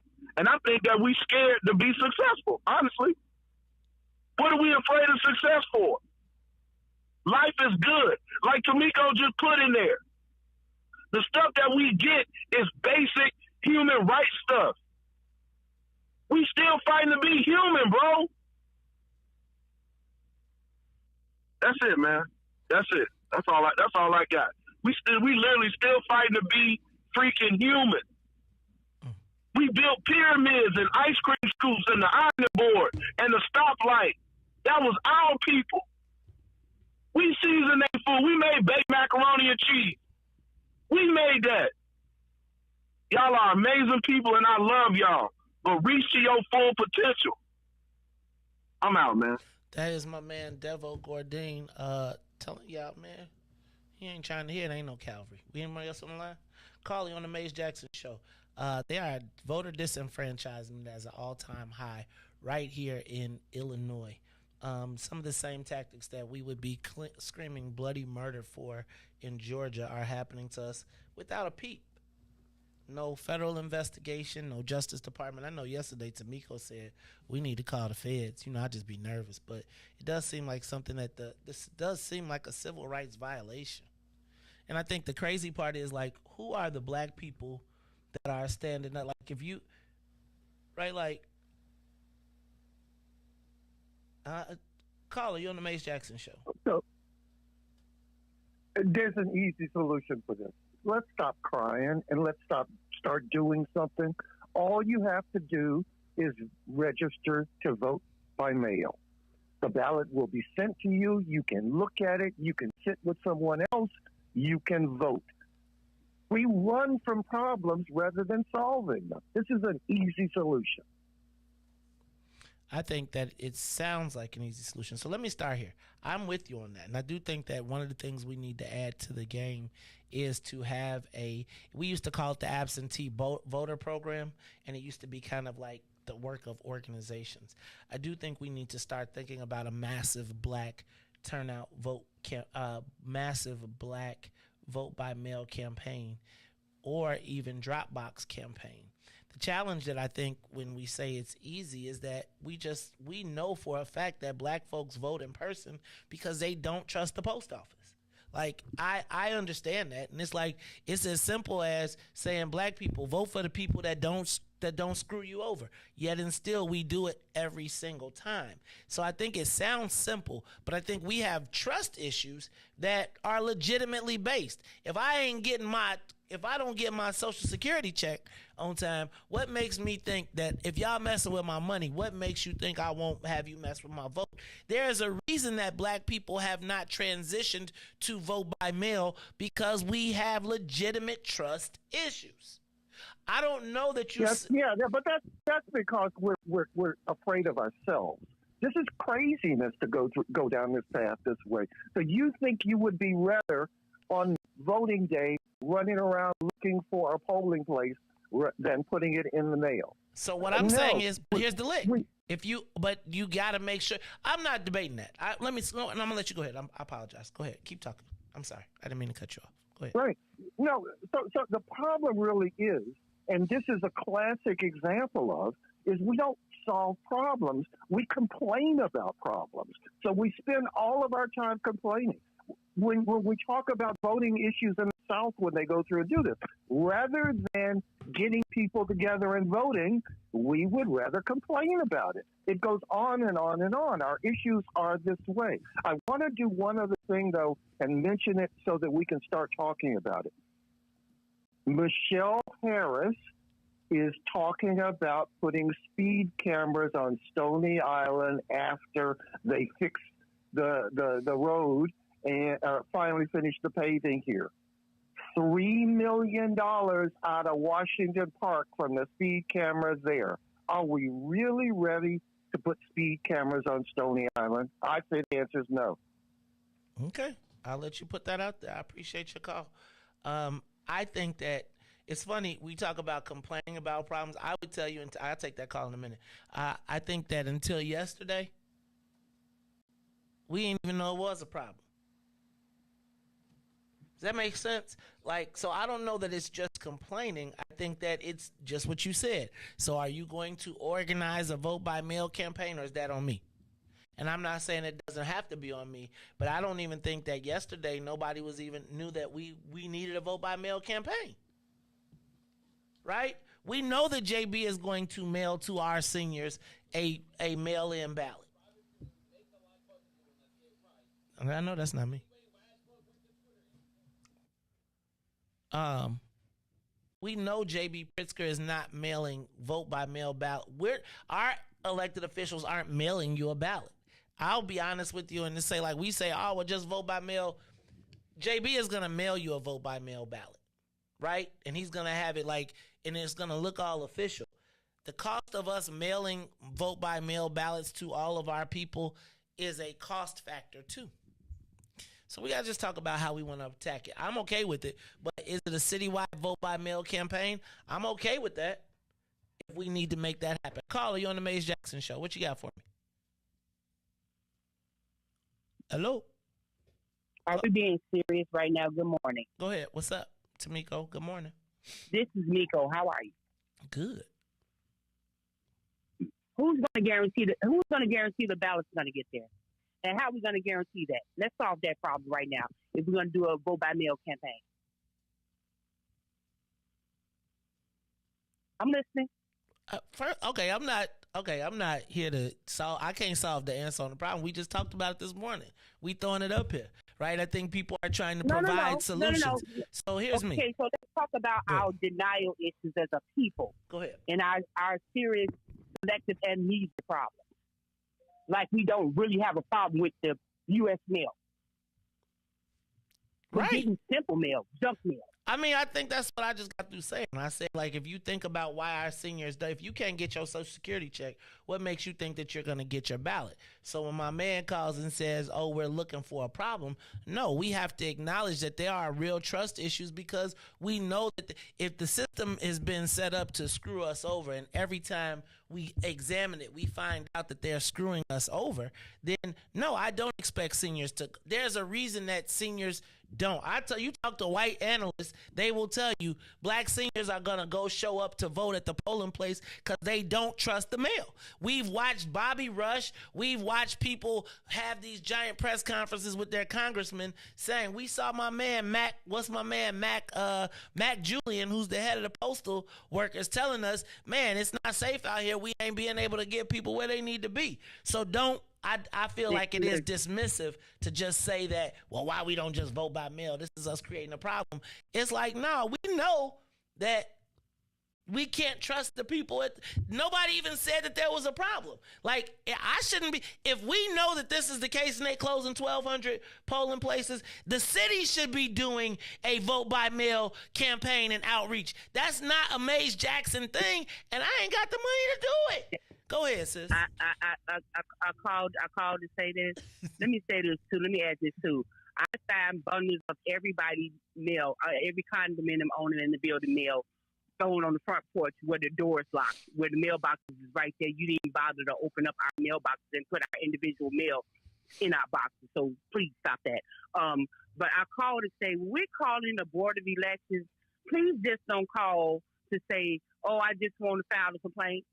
Ask some people questions like who, what, where, when, and how, and when is your board meeting, because we're coming and we want to talk to your board and we want to talk to your boss's boss, because they pretty much will be dismissed as, oh, we haven't got regarding the list yet. By the time I got to asking 50 questions, I was at Holiday's secretary's phone.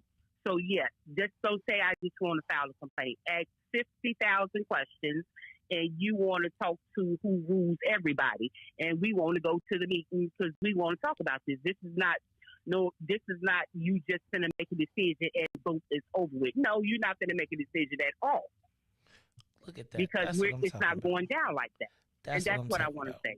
So and you know what, y'all are experts at knowing where the meeting is, how to get there, what we need to do. Because, I haven't really gone very much to board meetings and stuff like that. So we need to definitely, like the Board of Elections, that's one of those positions that nobody knows anything about, and all of a sudden they making decisions that's going to change our lives. That's my girl Tamiko Holt. Is that it? We got any other callers? All right, callers, thank you. We're going to take a quick break, and then when we come back, we are going to talk about the Summer of Joy. I was trying to do it before. Riis will start over. The mayor said that the committee that plays by the rules PAC darkened her skin. Well, duh. Welcome to Blackness in Chicago.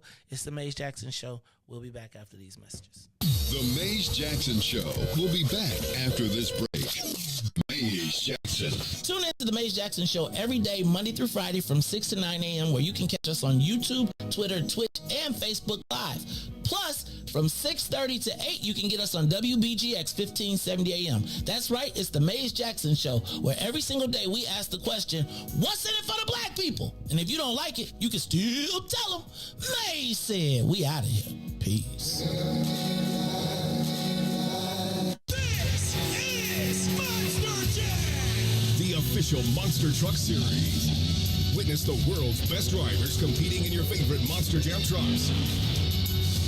Be part of the action. Let's hear it! Make some noise! Brought to you by Great Clips. Get your savings coupon from participating Great Clip salons and save 20% on select tickets. See savings coupon for restrictions and details. Coming to Allstate Arena September 16th through 18th.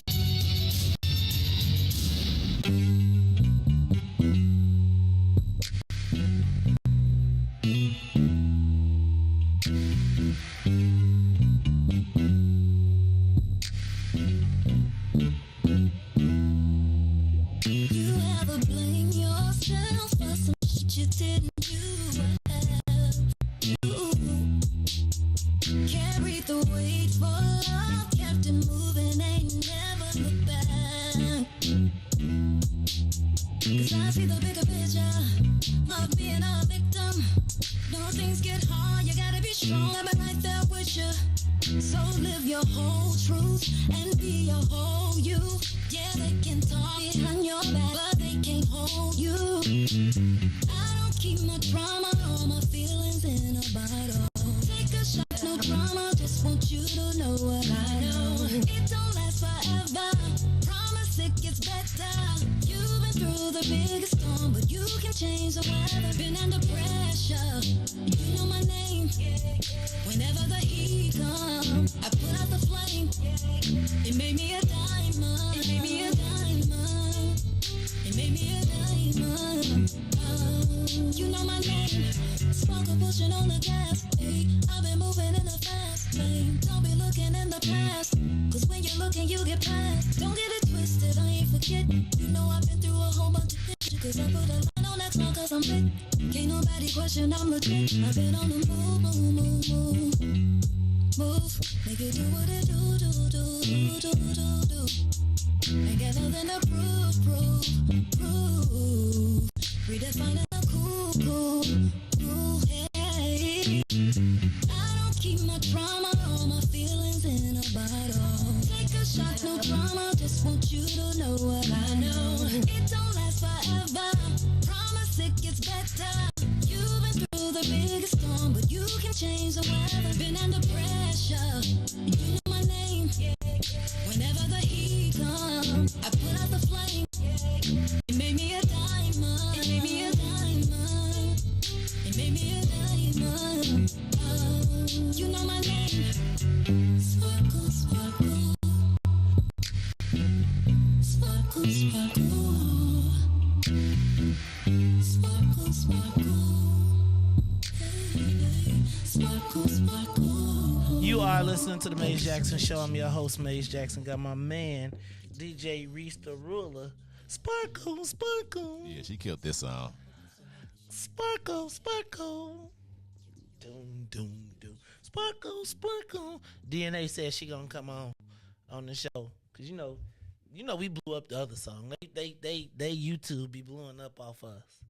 So y'all know we be making hits. They don't be wanting to tell you. Okay, so I just got this press release. So can I just say this? One of these days, y'all gonna give us our props. Could y'all just give us our props? That Wouldn't nobody be talking about this if we wasn't talking about it? Shout out to my man who gave me the heads up. But I really feel like the analysis yesterday broke it down.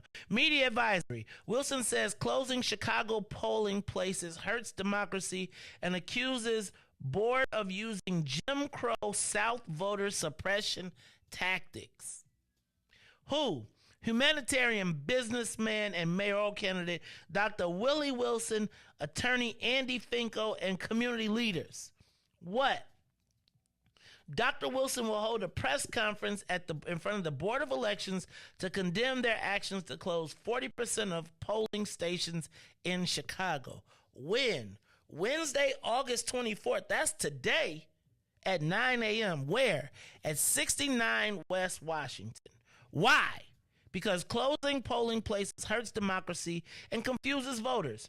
When it's harder to vote, black and brown voters, oh Lord, black and brown voters, disabled voters, and low-income voters suffer greatly. The action of the Chicago Board of Election Commissioners are reminiscent of the voter suppression tactics used during the Jim Crow South era. The Chicago Board of Election purports to save $2 million by reducing 40% of the polling places. Closing polling places will cause confusion for voters and lead to people not voting, says Dr. Wilson. I think I said that too. Dr. Wilson stated, this is Chicago, and we must make it easier for people to vote, not more difficult.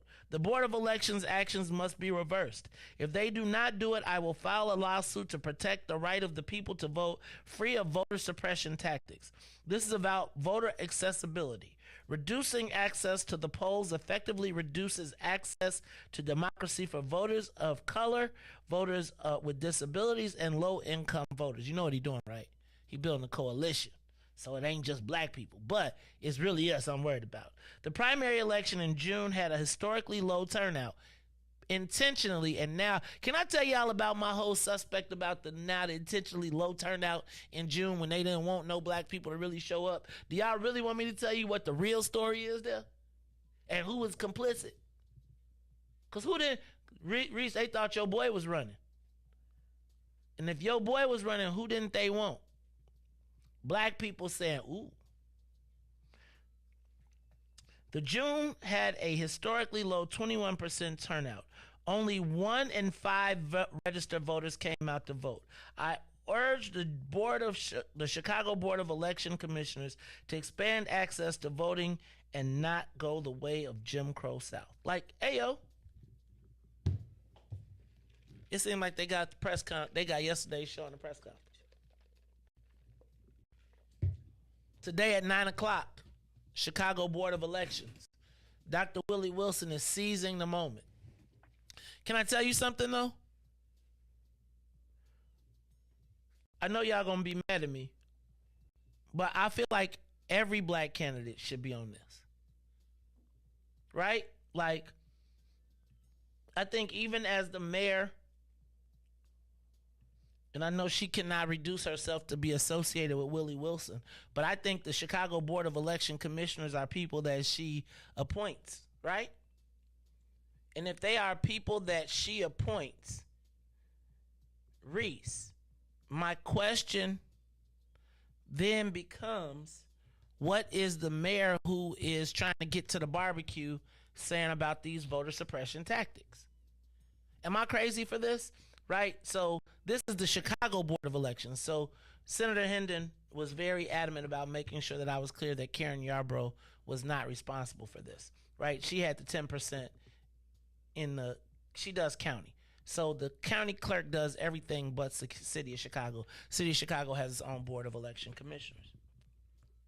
Some of you asked me, is Jonathan Swain on that Board of Election Commissioners? No, and I believe he may have resigned when he was running for Congress. But that's not, don't quote me on that. But what I must say is that it seems to me this should be, and I know it's not going to happen, but can I tell you who should be out there today? Every candidate for mayor. At least every black candidate for mayor. Because this is bigger than whether you're going to be elected mayor for the next 4 years. This is about voter suppression. Now, if you represent any of the brown community or any of the other communities, the disabled community, low income, whatever it is, but what's going to be crazy is the biggest voter disenfranchisement in my lifetime. The only person that's going to speak up about it is going to be Dr. Wilson. And then guess what they're going to do to him, Riis? Guess the first thing black people going to say about Dr. Wilson? He a Republican.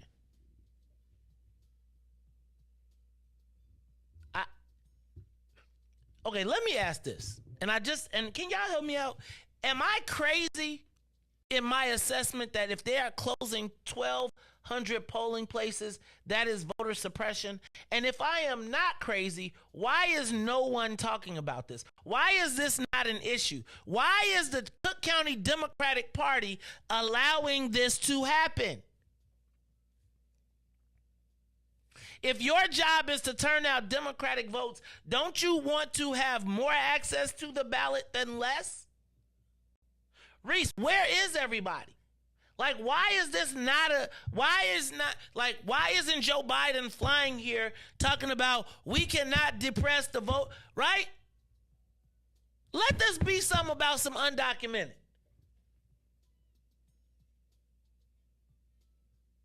I gotta understand, yeah. So here's me. If this is not a big deal, can you just tell me? So I could stop being this to be my problem all the time, Riis. I be mad and nobody else is. So I show up, I be like, come on, y'all. Riis, I mean, if I told you that I was taking away 50% of your work, 40%.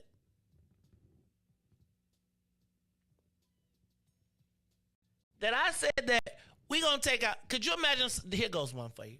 Could you imagine if they said they was taking away 40% of the bus stops? Can you imagine if they said they was gonna take away 40% of the train stops, the locations where trains stop?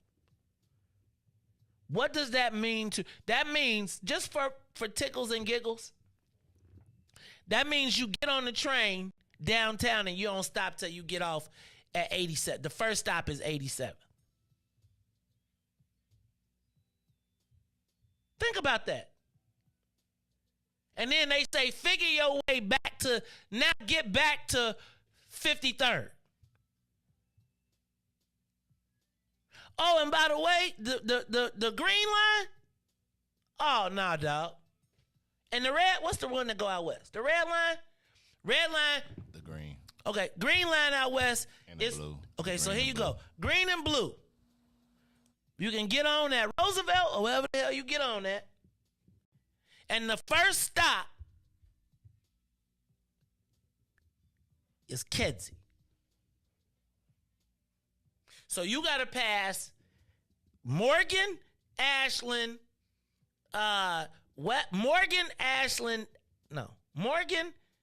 Damon, California, Western California, Sacramento. No, you get Sacramento to Kedzie. That's the first, and the next stop is Austin. And then it stopped. Ain't no more trains. So now you got to get from one of those 2 points back into your crib. You might as well not take the train, bro. And so my question is, will it only be Dr. Wilson, or will everybody be concerned about voter disenfranchisement? And let me ask you, will the mayor say anything? Should the mayor say something? It's her board of election commissioners. Can I tell you what nobody's going to do? Ask. Because guess what? The white media is not going to ask, because guess what? They don't want you there no way. This is an issue for us. And so this is what I feel. And I came to this conclusion. Y'all are not going to get my pressure up after this election. If y'all don't do nothing about none of these things, right?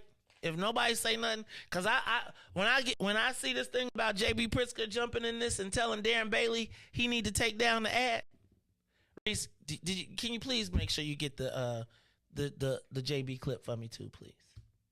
Because I got questions. But if 40% voter disenfranchisement, like, do you think that all the mayoral candidates should be addressing this? Or should we just leave it to Dr. Wilson? Y'all, Smatter Cat got your tongue. Y'all don't want no problems. I hope that means y'all are busy calling for Charles Holliday down at the Board of Elections. Is anybody going down to the Board of Elections? Now, I don't know, man.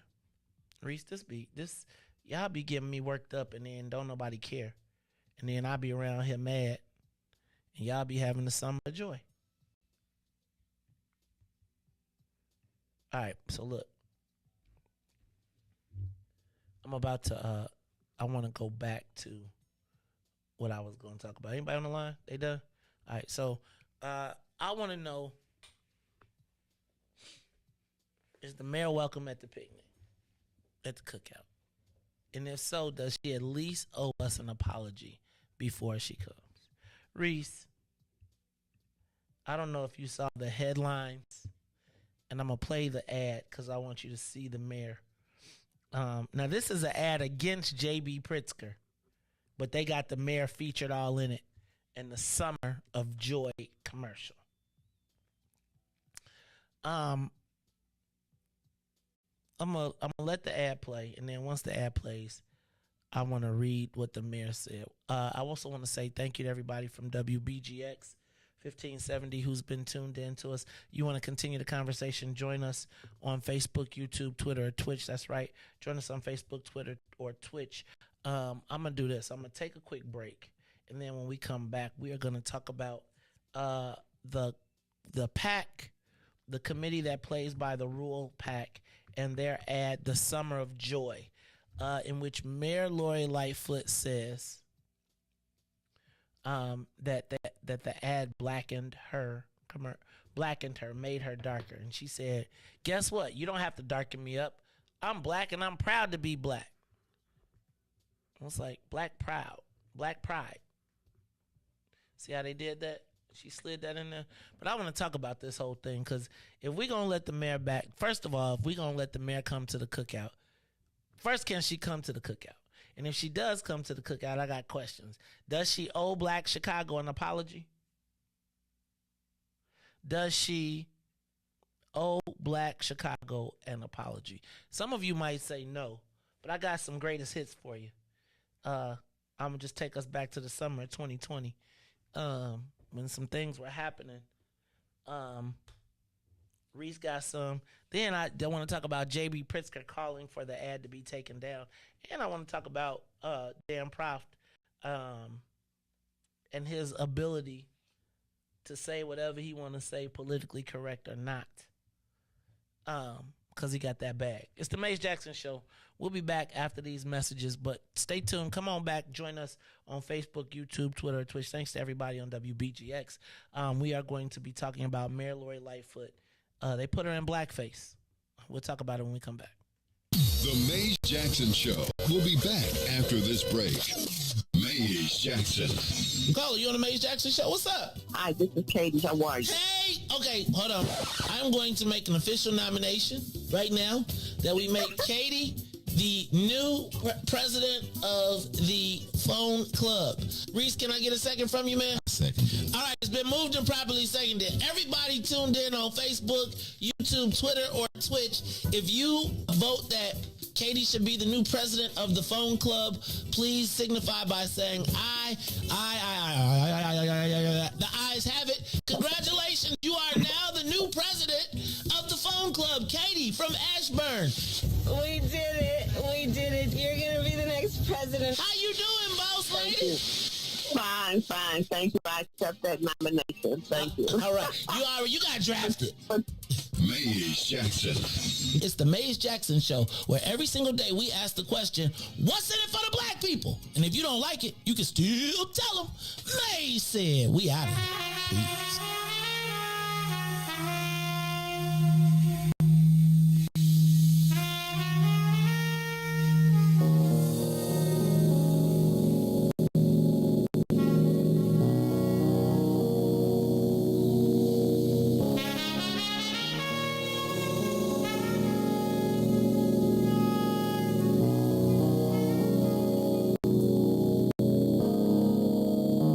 Thoughts in my mind, gotta designate what to leave, what to take, and appreciate. A lot of people talk fly, but I levitate.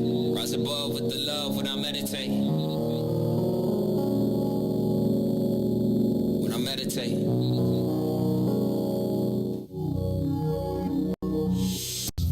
I roll with God cause he never late. My son dialing denial up in Ben Franks. On the road, let's travel with a full tank. Revolutionary overture, that's too saint.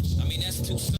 That's two saints. Like Peter Paul, me and you could be the new saints. Let me paint a new picture on the 16. Woolly haired black man with divine genes. Yeah, I be rapping, but these 16's art. Cathartic, therapeutic, really who needs charts? All I need is heart, cause love and some knowledge. Acknowledge, don't acknowledge, I be good, to be honest. It's like, if you never knew my name, at least I know me. Broken chains on my brain, now I'm set free. At peace in the now, I'm complete. Cause all I ever had to do is just be. Just be.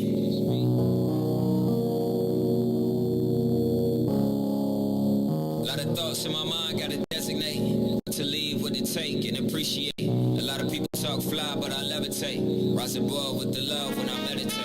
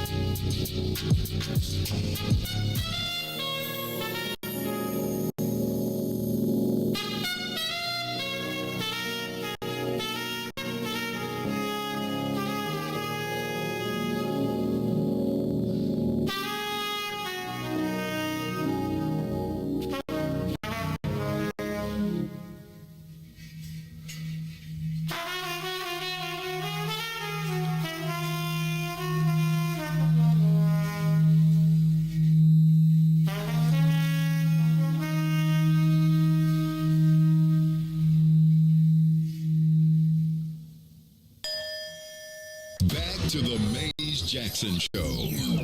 You are listening to the most dangerous show. This is What's in It for the Black People Radio. Maze Jackson. Maze Jackson, the most vociferous advocate for black people in the world. For Ruthie Moore, for Todd Stroger, I am the host of the Maze Jackson Show, asking every single day, what's in it for the black people? And if you don't like it, you can still tell them Maze said, Mayor Lightfoot, man, we ain't accepting that. We ain't accepting that. Let's go. Yeah.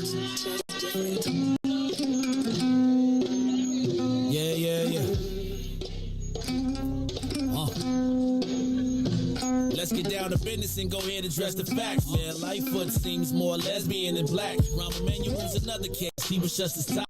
50 closed schools left much to be desired. Police had Anjanette naked on that body cam. They suppressed the footage so it couldn't touch a lot of hands. Reminds me of that 16 shots in that cover-up. Both of them similar, so I went and dug it up. George Floyd killed, a lot of riots happened in the town. Southside burned and they wouldn't let them bridges down. Grandmother sick, need a prescription and plus a couple groceries. You gon' have to travel just to get it down. COVID-19 out here shutting all the business down. Not enough SBA loans to even give around. So many failed businesses that you could put them in the pile. If you don't survive the pandemic, it's gonna sit you down. We sing, dance, play ball, entertaining crack jokes. Government infested black neighborhoods with crack smoke. System that milked us so bad we got lactose. Still trying to find out what's in it for us black folks. We sing, dance, play ball, entertaining crack jokes. Government infested black neighborhoods with crack smoke. System that milked us so bad we got lactose. Still trying to find out what's in it for us black folks. Shout out to Willie Wilson, hope one day you get to send it. We need some different players in the game to handle business. Too many shady characters like Madigan and Blotto. But when you really break it down, it's typical Chicago. City full of gangsters, it's what the land was built on. Same streets with hood legends, DNA gets spilled on. Carjackers out here lurking, trying to get they steal on. Looking for a block to put them Hellcat wheels on. Let us give bogus appraisals a red line. Car crackers out here getting minimal fair time. And up the sealed carry, I stay with the pipe. But Illinois gun laws giving minimal rights. Stay up on the swivel, make sure I'm moving tight. Check all of my mirrors when I pull up to the light. Pick my homie up from out of town, man, he caught a flight. He was hella nervous, told him, shorty, this is a way of life. We sing, dance, play ball, entertain, and crack jokes. Government infested black neighborhoods with crack smoke. System that milked us so bad, we got lactose. Still trying to find out what's in it for us black folks. We sing, dance, play ball, entertain, and crack jokes. Government infested black neighborhoods with crack smoke. System that milked us so bad, we got lactose. Still trying to find out what's in it for us black folks.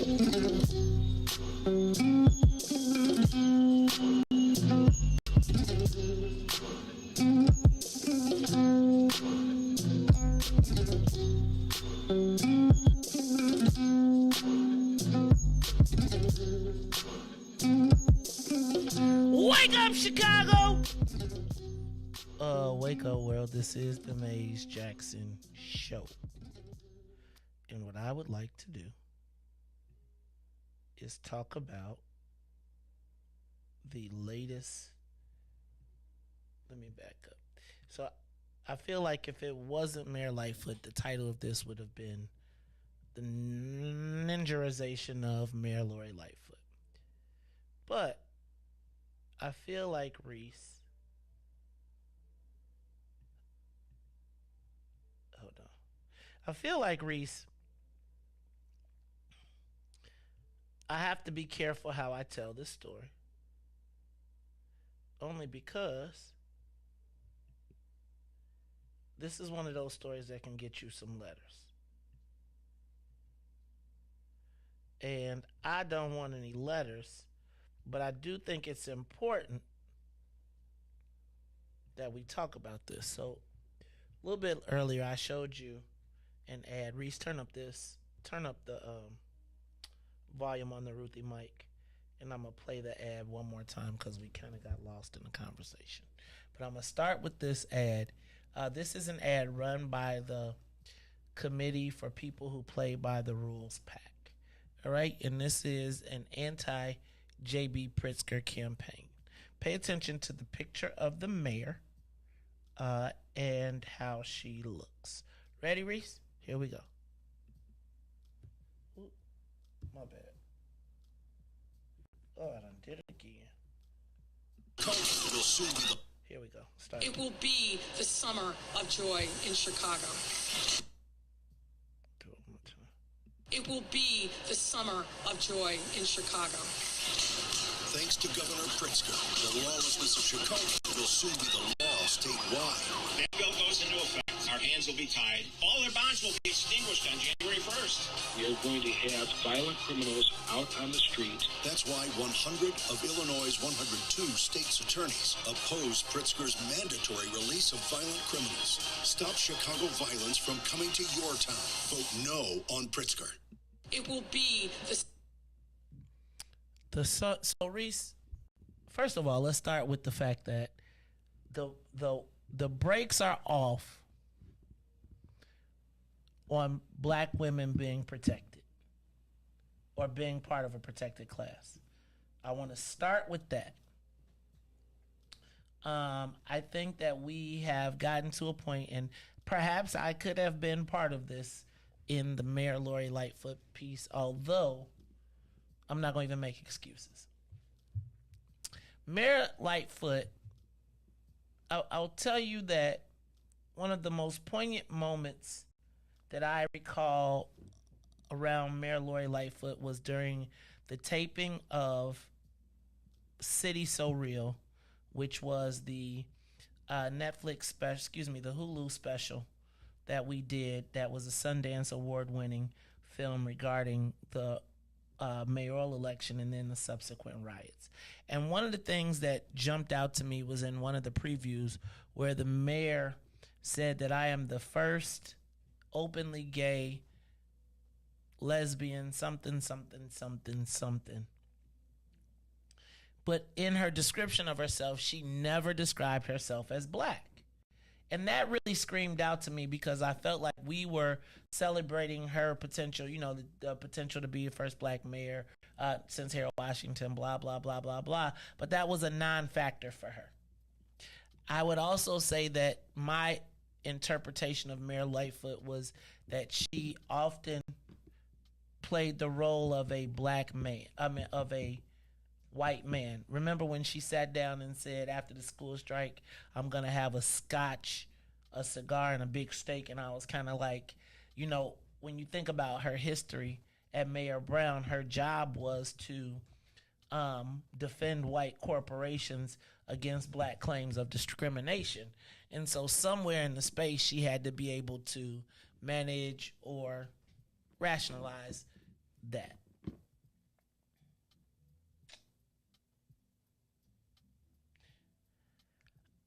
I would say that when it comes to giving Mayor Lori Lightfoot credit for her blackness, I have not been in that camp.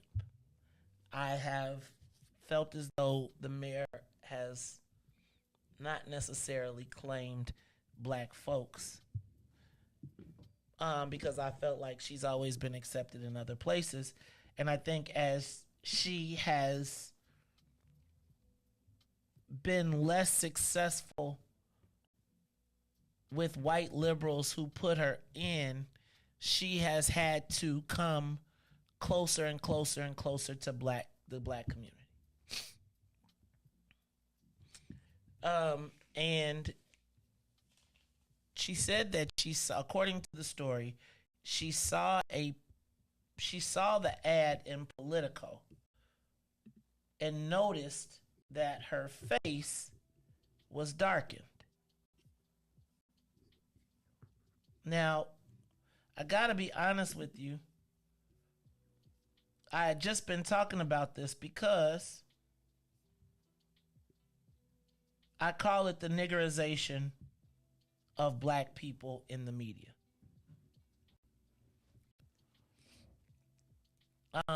And so she said that her picture was darkened in the photo. I'm trying to find this photo. I had it a few seconds ago. I want to show you. And it does appear that the mayor's picture was darkened for the ad. And here I got it. And so I want to say, first of all, the mayor is correct. Here, let me see if I can put it over there. The mayor is correct. Her picture was darkened for the ad. But Riis, it is essentially, in my estimation, par for the course. It's what they do to black people. Do you remember when they took that picture of me and Carrie? And we were at the Urban League Awards Gala, and it was a bright, shiny picture, and it's like black love, and they darkened it up, and they kind of made it look like we were sinister, right? It is a tactic of media, but particularly when it is black folks, to darken up the ad so that it plays into the, white is right, light is right. The darkness adds to the mystique of it. Now, the mayor called it out. Here's what the article says. It says, Chicago Mayor Lightfoot is calling out a conservative Super PAC TV ad as an example of dog whistle politics. It darkens my skin. I don't think there's any dispute that I'm African American. I'm black and proud of that. So why do you need to blacken it and send it out to suburban communities? It's fear-mongering, said Lightfoot, who first saw the TV ad in an item on Playbook. It's the ultimate dog whistle. Then it goes on to say who's behind the ad. The spot was pulled together by the people who play by the rules Super PAC, run by conservative political operative Dan Proft, and largely funded by billionaire GOP donor Richard Uihlein. The target of the ad wasn't Lightfoot exactly, but Democratic Governor J.B. Pritzker, and how the state is handling crime. Uihlein most recently has been giving money to the PACs in an effort to boost Republican. Prop denied Lightfoot's charge of racism. That's insane, and on par for the course from inveterate race hustlers. Hear that? Inveterate race hustlers like Lightfoot and Pritzker trying to misdirect attention away from the fact that she has turned the city over to repeat violent predators and aims to do the same statewide with his elimination of cash bail. I'm sorry, y'all, I'm reading terribly. He goes on to say their contention is patently untrue and patently absurd. We did nothing to her pigmentation, just as we did nothing to the pigmentation of our pasty blowhard of a governor. The video of Lightfoot was pulled from the web from her city club speech, Prof said. Now, let me just say this. I'm not going to say that Dan Prof sat in the place and said darken her skin.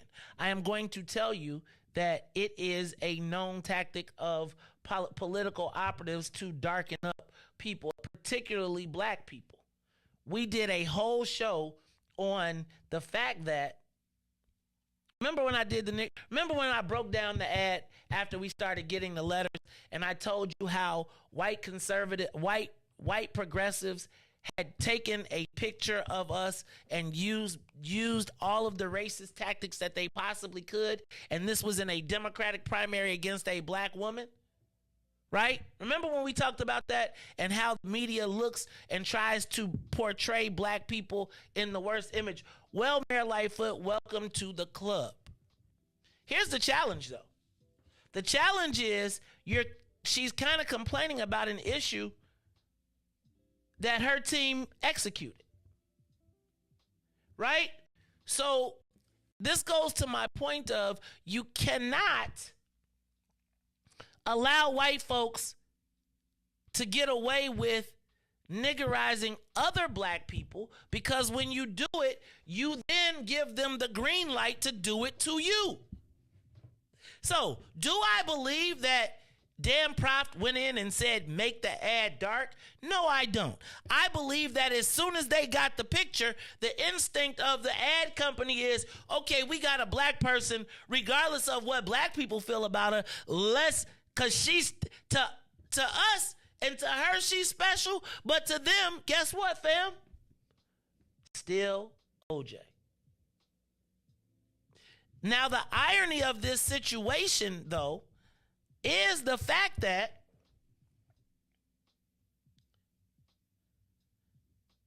some of the same team members who are drafting this response, Riis, does this response really sound like my response? It really sounds like, so imagine waking up in the morning to see an article that says that the people that darkened you up are now complaining about being darkened up. The people that niggerized you are now concerned about them being Negroized. Give us a call, 872-259-7474. See, I don't debate that the mayor is correct. The mayor is correct. Madam Mayor, they darkened your picture up. I don't know that the ad company, I don't know that they directed. I know that the instinct of every ad company in politics when they go negative is to make you dark. And it's specifically pronounced as when it's black people. But let me read to you. The mayor says, but remember, she says, I'm black and I'm proud to be black. Now, what does that go to? When have we seen the mayor? The mayor has now started to recognize, right, that she has lost the white folks. So she's no longer playing that role, playing the middle road. She is in an all-out appeal to get to the runoff And to get there, she needs black people. Now, Riis, I'm going to need you to go into the catalog. But before we do this, I'm going to go to the phone lines. I'm going to take the call. I got any calls on there? How many? I'm going to take the calls. Should we be protecting the mayor as a black woman? And should she be able to come to the barbecue? And if so, does she owe us an apology? That's a lot. Caller, you on the Maze Jackson Show. What's up? Good morning, Maze. What's up, Anthony? I'm staying away from the third rail, man. Me. I'm just staying away from the third rail. I appreciate it. That's gonna lengthen our platform. God bless you, sir. You're my little brother, and I can't afford to have you running on the third rail. Everybody gonna say, "Go get your boy." I ain't gonna touch you. No, let me stop. Anyway, the funny thing is, we're talking about sparing and saving your mayor. Okay, now.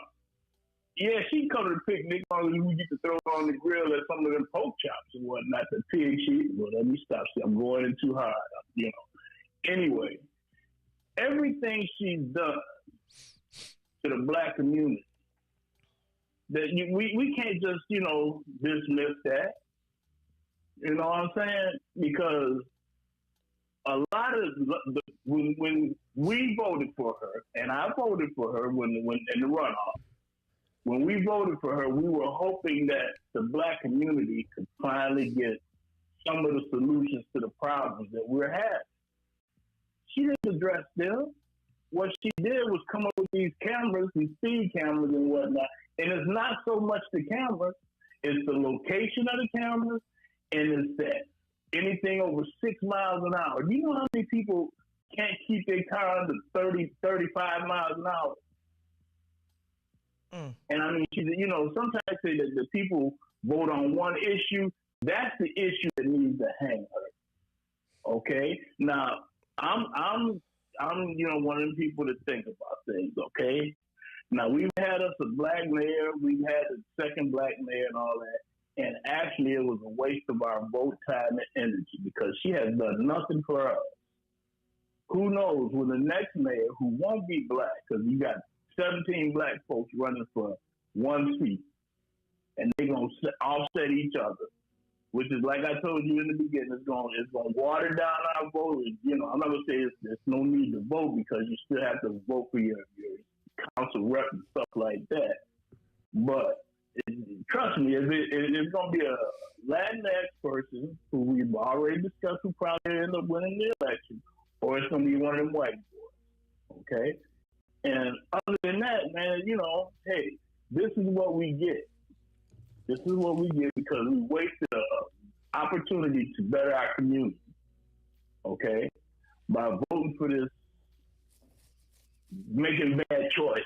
I'll be nice to say it like that because it's after 8 o'clock, but I don't want to really tell you how I feel. But are we on for Saturday, man? Hey, man, Saturday is on and popping, and we got some real business to take care of. So y'all make sure y'all be there. That's why I'm coming. That's why I'm coming because I can feel free to talk there. It's right, we got comfortable place to discuss a lot. Because I have people that are friends of the show. I told you I got a therapist that actually listens to the show too, right? Uh-huh. And she said, you act like you're amazed sitting in a bar somewhere talking, man. Your voice and all your ideas, I ain't gonna say your sick ideas, but your truthful ideas are coming off as hate speech and all that stuff. And, you might need some of these folks. They're not gonna help me no way, so I feel tell them how I feel, you know what I'm saying? But yeah, man, so no, we shouldn't save her. You can't save her because, like I said, you got 17 black people running for mayor, and that's going to make sure that we don't have a black mayor now. Let me stop laughing because that ain't funny. But how many Latinx folks do you see in that race for mayor? None yet. None. Well, Lopez. I count Lopez as white. I count him as the law and order candidate. I count Lopez as white because the Latinos be snapping on him. Well, that's because of his life choices. And because he stood up on some black. I'm gonna tell you part of the reason, Riis, that I got whacked was because of Ray Lopez telling the truth. Let me see if I got some audio.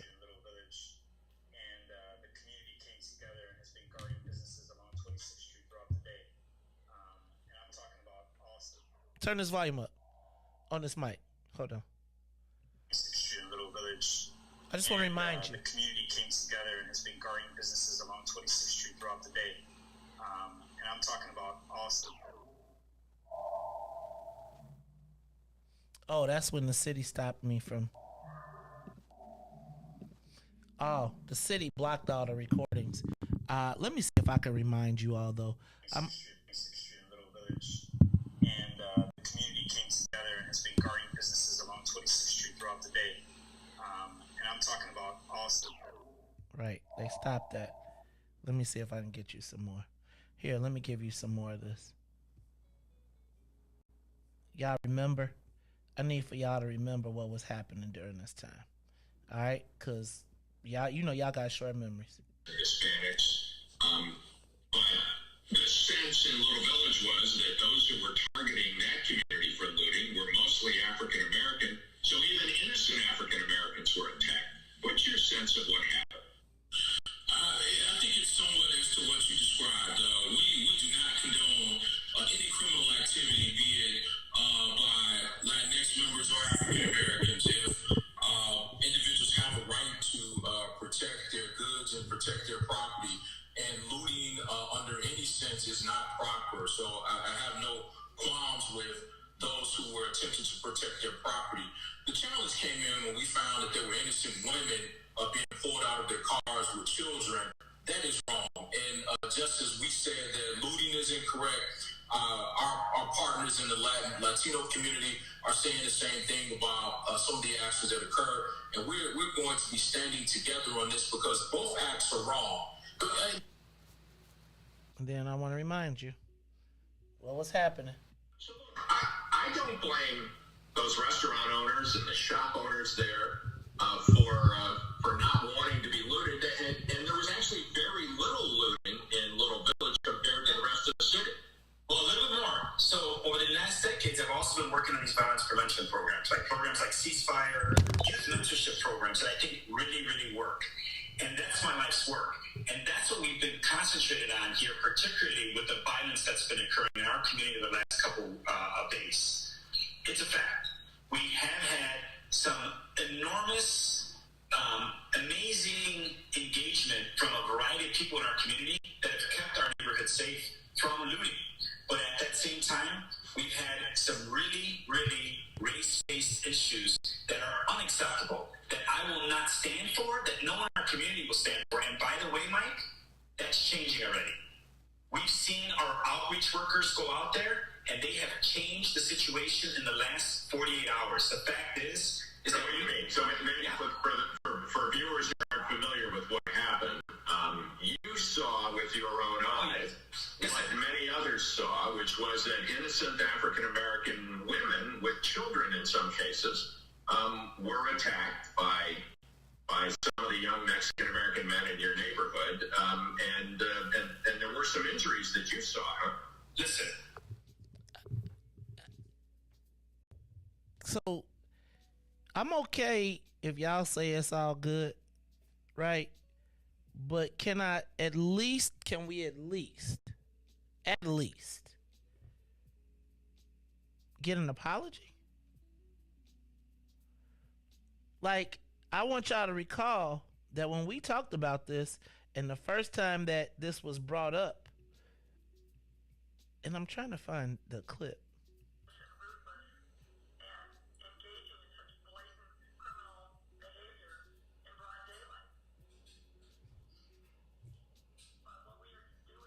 Riis, bring it back. Lock down as many areas as we can. It's here. The FBI is here. We've got, as I said, we've had our federal partners align with us. I don't know if you recall that when this conversation first came up and Alderman Ray Lopez was telling us that there were gangbangers walking around on his streets with machine guns, and our mayor told us that it wasn't happening. surrounding suburbs. I'm trying to find. It's here. The FBI is here. Some of my colleagues are preaching that this is something of a genuine insurrection, and it isn't. This is about the city. The lifeblood of the city is just is being taken off, and it's not right. And if you're an elected official, if you're saying that just cannot be right, and we have to call that out. I am trying to find. When one of our colleagues is on TV complaining about police, and then no problem with that. I'm just trying to find y'all this clip because it's important. The council members, I think all of us, I think we're all, distressing over that question. I know that we have some essential workers. Ray Lopez tried to call it out on our behalf. Extreme little village. Extreme little village. I need to tell y'all they have ripped down all of these audios. So I can't get you the audio. I'm trying to find you the audio when Ray Lopez told us about the street gangs running across the streets, and he was told that it was full of SHI, right? And it was like we knew that it was happening. And I guess my question, hold on. Okay, here we go. Let me do this. Here, let's play this clip.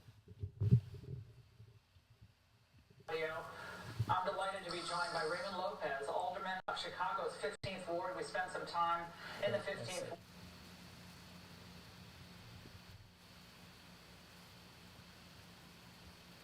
Dang it. Hold on. I'm sorry, guys. I am so sorry because I thought I had it ready for you. Cued. Asking people to step up and use their voices in their network and distinguish between righteous First Amendment protest and what we're seeing all over our city, which is just criminal conduct. Ooh, use their voices?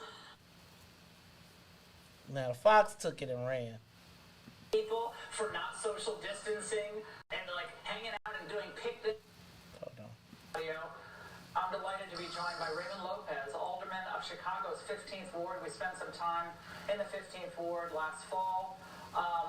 Alderman Lopez, first of all, thank you for being here. And now you and I probably aren't on the same page politically on all that much, but I was shocked to hear how Mayor Lightfoot spoke to you. You're an elected official, and you were expressing concern about your ward. She said that you were preening.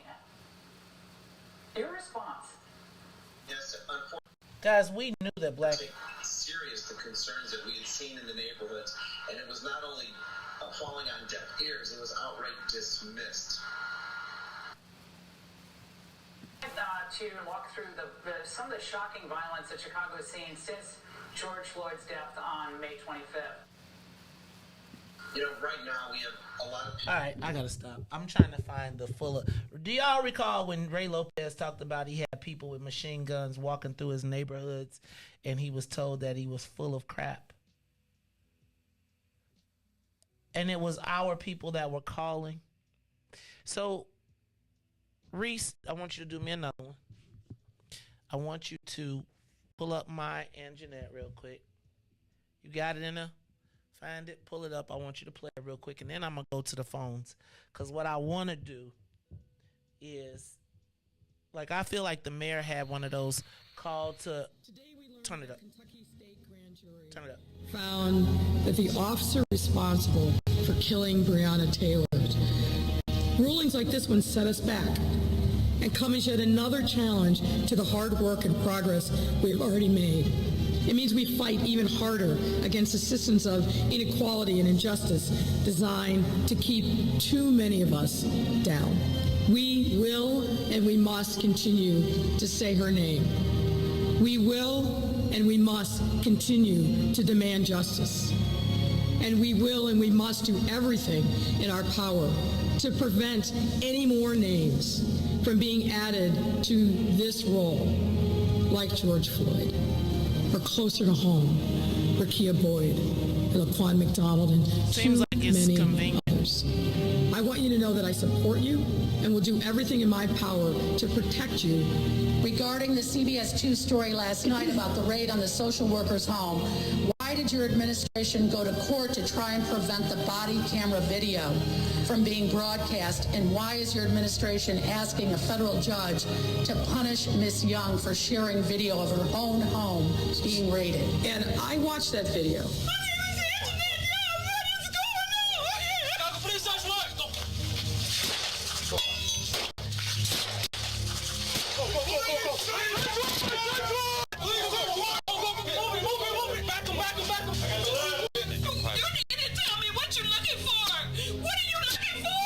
This case was litigated in federal court. The federal judge put in place an order. There's allegations that she has violated that. A federal judge put rules in place. It's for that judge to determine whether or not that was appropriate. I'm not going to sit here and second guess a federal judge or how the information related to that matter is handled. That's for that judge who I know and is very competent and I'm sure will be fair in assessing. Because COPA has not yet made a decision in 22 months on this. I just, look, we got to fess up and we got to clean it up. You have the wrong place! You got the wrong house! You got the wrong house! We will and we must continue to say her name.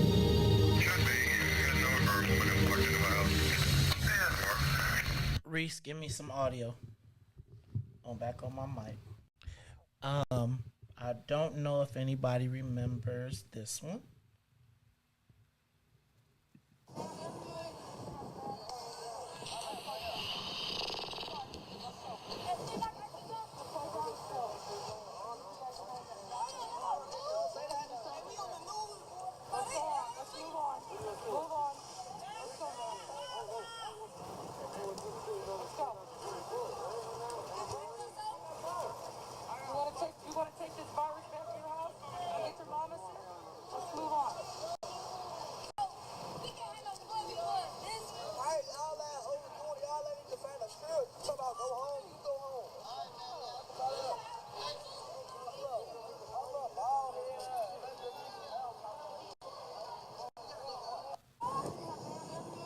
Just in case, I just want to make sure you...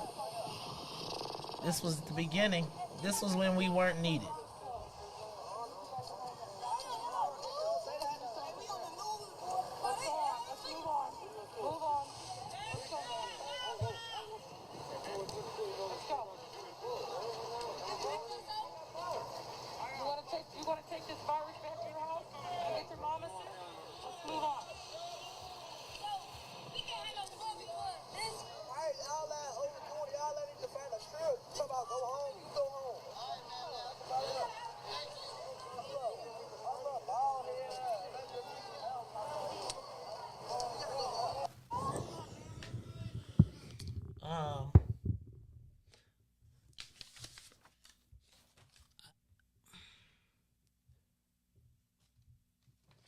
Give us a call, 872-259-7474. The mayor clearly now needs the black community.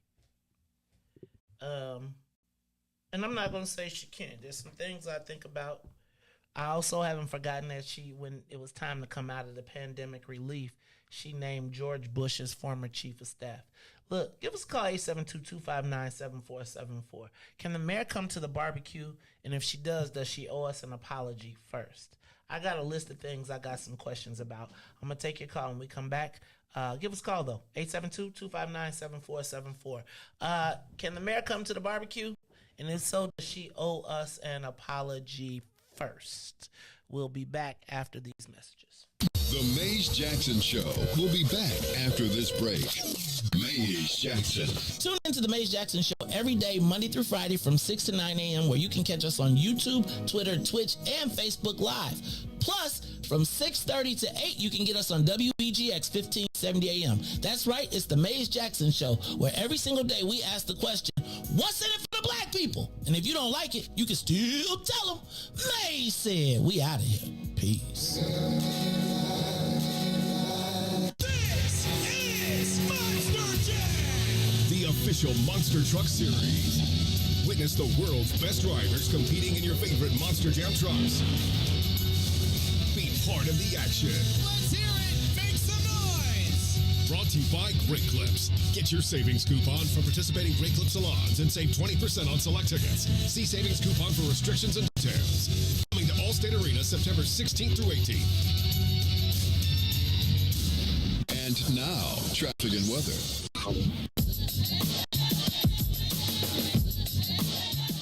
Good morning. What's in it for the Black People Media family? The time is now 8:41 a.m. I'm Riis the Ruler with your Chicagoland area traffic and weather report. As we head over to the Kennedy, O'Hare to the Loop is now an hour and 11 minutes. Outbound to O'Hare is 34. On the Edens from Deerfield to the Exchange, an hour and 4 minutes. Exchange to Deerfield, 41. Eisenhower, Thorndale to the Loop is now an hour and 14. Back out to Thorndale will be 38 minutes. On the Stevenson from I-355 to the Dan Ryan will be an hour and 5 minutes. Outbound will be 35. The Bishop Ford, I-80 to the Dan Ryan, 48 minutes, 24 minutes to I-80. Or the Dan Ryan is 25 minutes to the Loop, 12 minutes to 95th. DuSable Drive, 55th to Jackson, 13 minutes. Jackson to 55th will be 7 minutes on the south side. And the north side, 8 minutes from Randolph to Bryn Mawr, but 13 Bryn Mawr to Randolph. Today's weather, it is currently 73 and sunny. Today will be a high of 81 with a low of 66. I'm Riis the Ruler. Back to I Feel Good. Got out the country, visit some new towns, made some new friends, let go of some bad ones. Soon as that took place, everything got fun. My life started going up, opportunities showing up. I'm back where I want to be, no headaches and throwing up. Reconnect with the homie, it's positive energy, vibes and wavelengths. It's all about frequency. I'm back with my first love, it feel like the first time. I'm back in the studio, this ain't my first rhyme. I wake up every day, blessed as heavenly. Before I ain't say much, now I got much to say. Raise my credit score, got rid of some past debt. Heard that's attractive, well call me a magnet. Plug into an outlet, living life outright. All on my Kid Cudi, focusing day and night. Right? Now ain't that what life's about? Thank you for new days, something to sing about. Let's do it a new way, more than just talk about. Today's a holiday, that's what it's all about. I feel good now, ain't that what life's about? Thank you for new days, something to sing about. Let's do it a new way, more than just talk about. Today's a holiday, that's what it's all about.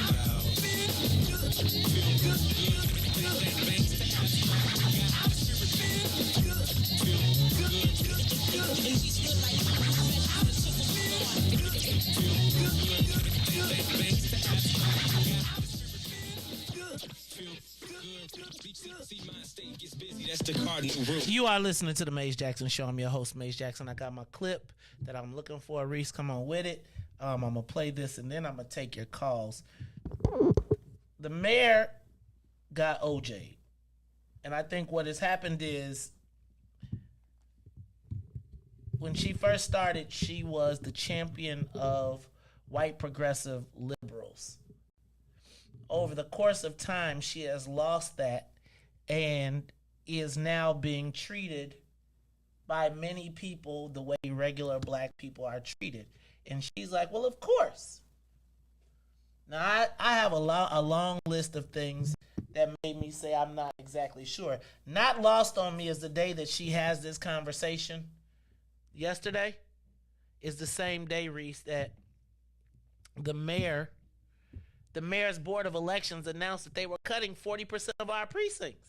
Like, how those things don't align with me. Does you understand what I'm saying? Like, you can't be part of the biggest voter disenfranchisement of our people on the same day that you're repping your blackness. But okay, it's not my call. I'm gonna leave it up to y'all. But here's the last thing, and then I'm gonna go to the phone lines. Give us a call. Can the mayor come to the barbecue, and does she owe us an apology at least first? Riis, this is kind of what kicked it all off. You got some volume for me? Here we go. Let us go. We can't expect our police, and I don't fault them at all, to be able to control this. But I know that we asked our faith base yesterday to stand at the front line between police and looters and rioters. And I am simply not comfortable telling my churches, those people, to be the intermediary in the middle of a riot that's citywide. We need something better, because right now we only have 370 whatever National Guards on standby. Half our neighborhoods are already obliterated. It's too late.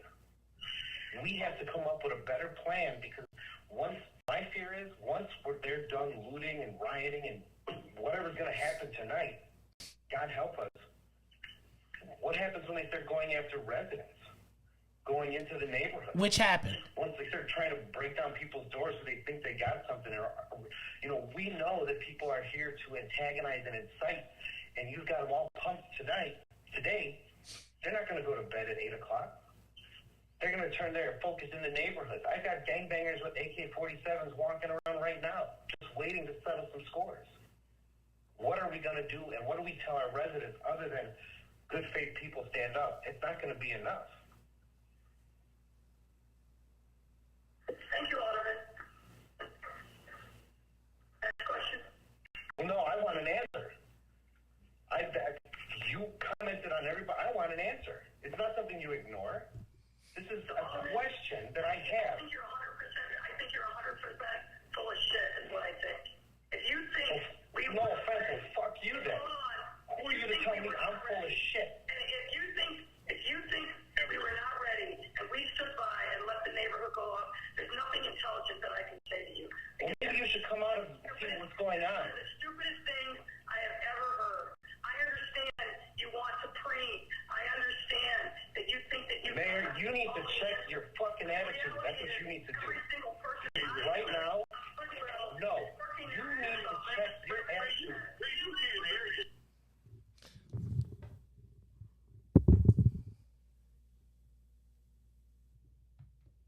Riis. Now, if I go back on my computer... We are just getting word right now that a judge has ordered the top legal team to respond by Friday on these questions about a motion to appoint a special... So, Riis, my thing is, though... You can't talk to the mayor like that, man. Hey, man. Why I can't get no...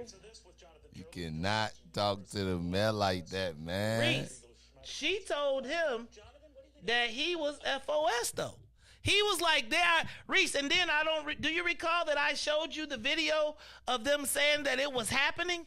This is the same. I want y'all to understand that we found out what Ray Lopez was talking about was we found out that during the uprisings, the mayor had financed, through Susan Lee, had financed Latino street organizations to protect their neighborhoods, and they were assaulting black people.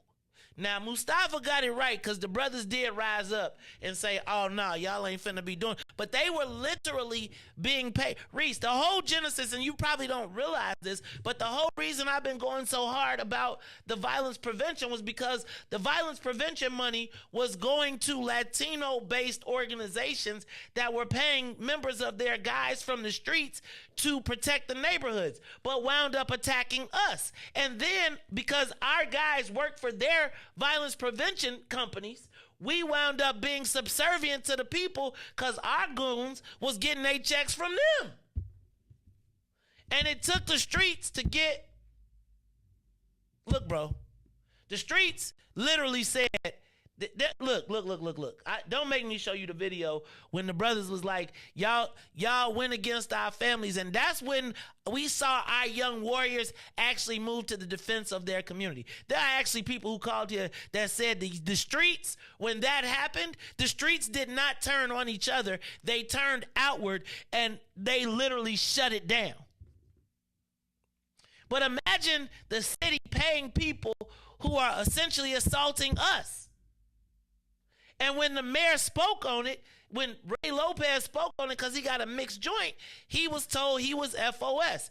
Now, the next step to that was, remember, we were on the air and people were calling us on the air telling us that this was happening to them. And that's when I got the call from the radio station that said, never say the mayor's name again. Never, if somebody calls, hang up on them. And that's when I was like, I am here for our people. I can't go. And so I do take it somewhat personal. But I'm saying it's okay. Because it was just me. We're over here now. And now they are starting to treat the mayor like she's black. Right? She's not getting the treatment of the mayor. She's getting the treatment of black. And then you got a damn prof and some very wealthy white folks who are not concerned about offending you. They don't care. The thing is, though, does it make us rally around the mayor? And then my thing is, if that's the case, then we got to see the mayor show and prove for black folks. And Invest Southwest ain't it. Let's go to the live line. Caller, you're on the Maze Jackson Show. What's up?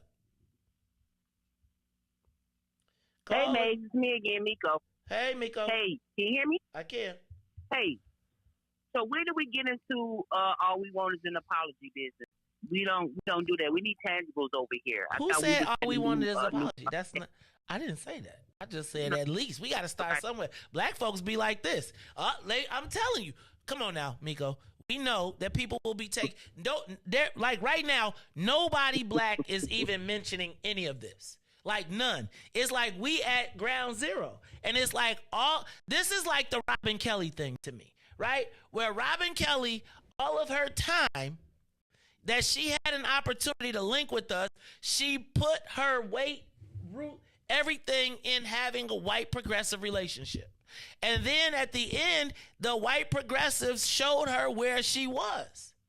And we ain't still, and it's like, my job right now, if this was somewhere else, Miko, they did this to me just a few months ago with the whole niggerization of the pictures. Remember, I did a whole show. They blacken you up. They change the words. They call you a felon. They do all of these things and they throw them at you. Whenever you see a black person on TV, you always see them at their worst moment with their hair uncut. And it is the story that media does. It's like the white people got their finger on the scale. Now, the mayor has been spared that because of her title and because of her stature in life. Prior to this, she was a special Negro. Now she is getting the Negro treatment. And so what I am doing, she's now getting the Negro treatment. And it's like, sis, I've been trying to tell you since day one, you are not special. You can have all the adjectives. It's the whole black people, what's in it for the black people, how they try to separate us by saying, okay, you got this pronoun, you got this. When we do our pledge as what's in it for the black people, don't we say, regardless of race, creed, color, sexual orientation, any of that, as long as you are black, our interests are black first. And my premise with this, Miko, is not that we just accept an apology. Like right now, nobody's saying anything. And then here goes the crazy part. Her board of elections just voter disenfranchised us, even as she's trying to get black votes. Can I say this? Yes. So, first of all, let's call what was being done to our people in Hispanic community. Can we pretty much, it's easily said, can we say it out of our mouths, call it hate crime? Because that's what was happening to our people.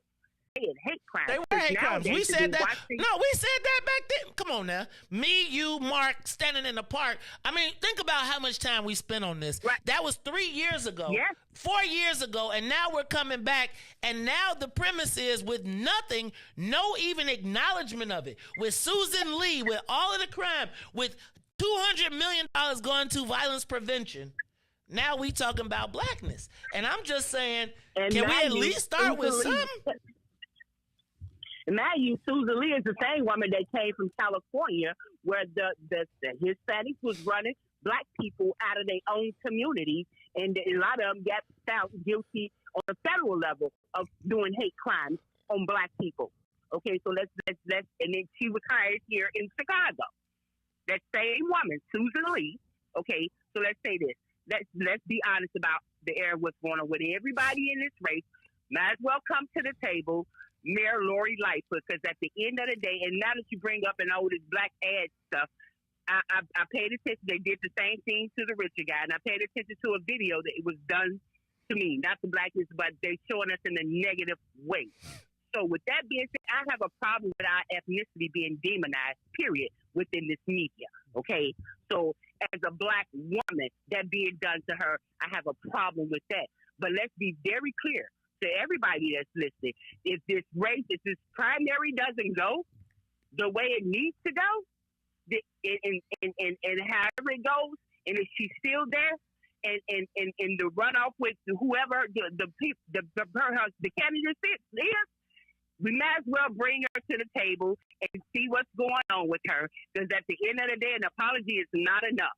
We need tangibles, and we're probably going to wind up in bed with her. Just as simple as that. So this is about the business of our people. So at the end of the day, more than an apology, but the demonizing of our people within this media, period, needs to be addressed. So now that it's being brought to, you brought it to our attention when it was done to you. But now it's done to her, and I'm thinking about that Richard guy that was running for the governor. They even did it to their own candidate. You remember that, right? Mm-hmm. When they flipped on him? Yep. Now that I'm thinking about all of it.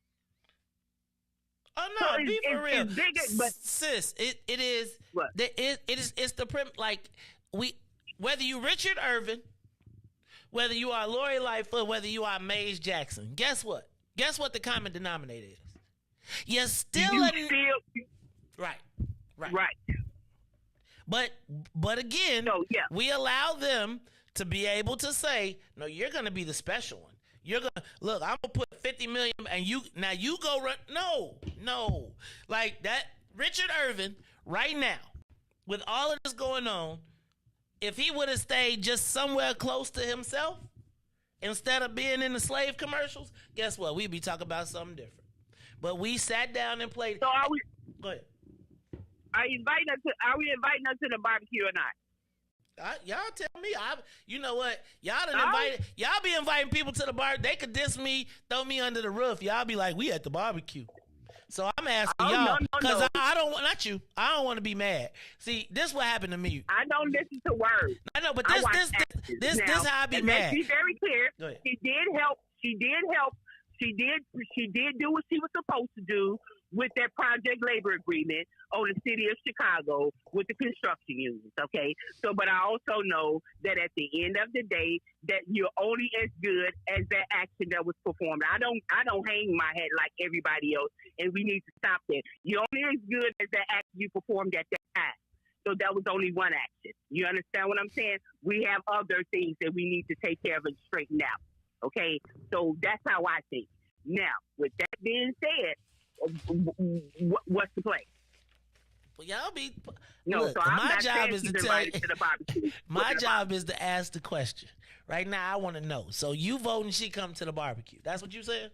What's your vote? No, I didn't say that. What's your vote? What's your vote? Tell us what your vote is. This is democracy. Right now, what's your vote? I'm saying. Huh? No, ain't no abstention. See, I'm not voting. See, there you go. There you go. All right, so Tamiko said, right now, barbecue. I'm telling you, right now, if you had to vote right now, if she come to the barbecue, she ain't been to what's in it for the black people meeting. She has to come to the table with something. I don't listen to words. I watch action. There it is. Okay, that's Tamiko Holt. She said she abstained. See how black people do? Then look, y'all gonna be abstained. Anybody else? Does the mayor get to come to the barbecue? Here's the things I think that stand out to me. The FOS, the full of shit comment to Ray Lopez, knowing that it was happening. You know, I still feel, I know this is going to sound crazy, but I do feel like I was literally taken off the air for standing up for our people on some blackness. Like, really? Like, I have to pay $50,000 a year to do this. Think about the gravity of that. I went from getting a paycheck to talking about black issues to now having to pay $50,000 a year to talk to y'all about this stuff, right? Y'all got to the end of this election cycle. Y'all not going to keep getting me to pay for this. You're not going to get me to pay for my own abuse. You're not going to get me to pay to tell y'all, like this, do y'all understand this 10-year cycle almost that I've been talking about this stuff? They're about to be at completion and it's happening. Detroit does not have a black representative. The birthplace of the reparations study. The FOS comment, I'm still not over Anjanette Young, although Anjanette has settled. The kids in the pandemic move along with your mamas. When the kids was like, with your ball, right? You know, black kid, like, that. Riis, imagine you playing in the hood, you've been in the house, and the mayor shows up at your corner.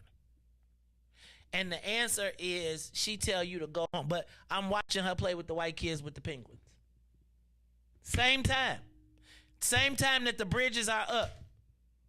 Same time that the trucks are blocked off. Same time that I'm watching all of our neighborhoods and people saying, what looting? What happened? Same time that since then, all of those Walgreenses and CVSs have closed from the black neighborhoods. I'm thinking about the fact that cannabis opened up and we asked them to slow it down until we got apart, and she was like, nah, y'all be okay. I'm still not over Sam Skinner being George Bush's chief of staff being put in charge of our COVID relief. I know we forgot about that. Sanctuary cities, right? We took out Citizen out of everything. Citizen was removed from all of our city documents, right? Citizenship. Think about that. So they just took away 1,200 of your precincts. Then they take away the benefit of citizenship because it can't be mentioned. I'm not going to... Kim Fox? She was throwing Kim Fox under the bus. Now black people still like Kim Fox. Now she giving Kim Fox shout outs. The way she did Eddie Johnson was dirty. Fire the man. You ain't got to be on TV talking about his dirt.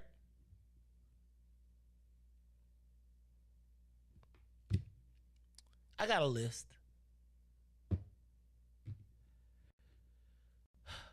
Think about how many times black people have been punked, played, and kicked to the curb.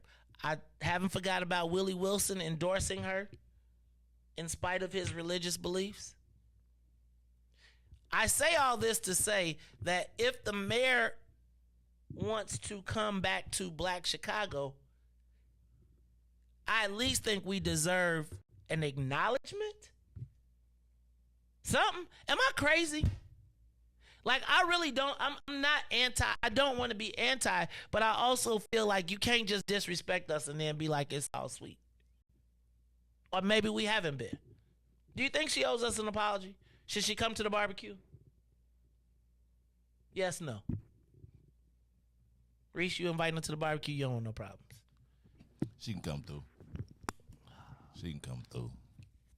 Man, you know, man, I told you, I'm with Byron, man. I'm tired of getting nothing. I get something. You know, we be sitting here, don't get nothing all the time, man. So, yeah, she can come through. I take a picture, you know, smile, see what I can get. I'm so tired of yelling about her and not doing this, and then we be in the same predicament, not getting nothing over and over and over again. So, yeah, she can slide. So, you think she going to bring, so. Well, she got to bring a plate. I know she got to bring a dish, though. She got to bring, nah, dog. Gotta bring at least a dish? But you know what I mean? Like, so you know, she gonna bring us a dish. Something. She just gave them the Windy City Smokeout. She gave NASCAR. NASCAR didn't bring no dish. She didn't bring no dish to NASCAR. They broke off something. But they ain't coming to our park. She ain't bringing to our barbecue. See, we should be. If she coming to the barbecue, it better be ribs for everybody. I don't want to see no hot dogs, no hamburgers, nothing. Ribs, beef short ribs. Beef ribs, steaks. I want a cow on the spit. Like, there's gotta be, like, here goes my thing, y'all. I am okay. Like, it's gotta be a cost, though. You can't just be like, I screwed you for free. No.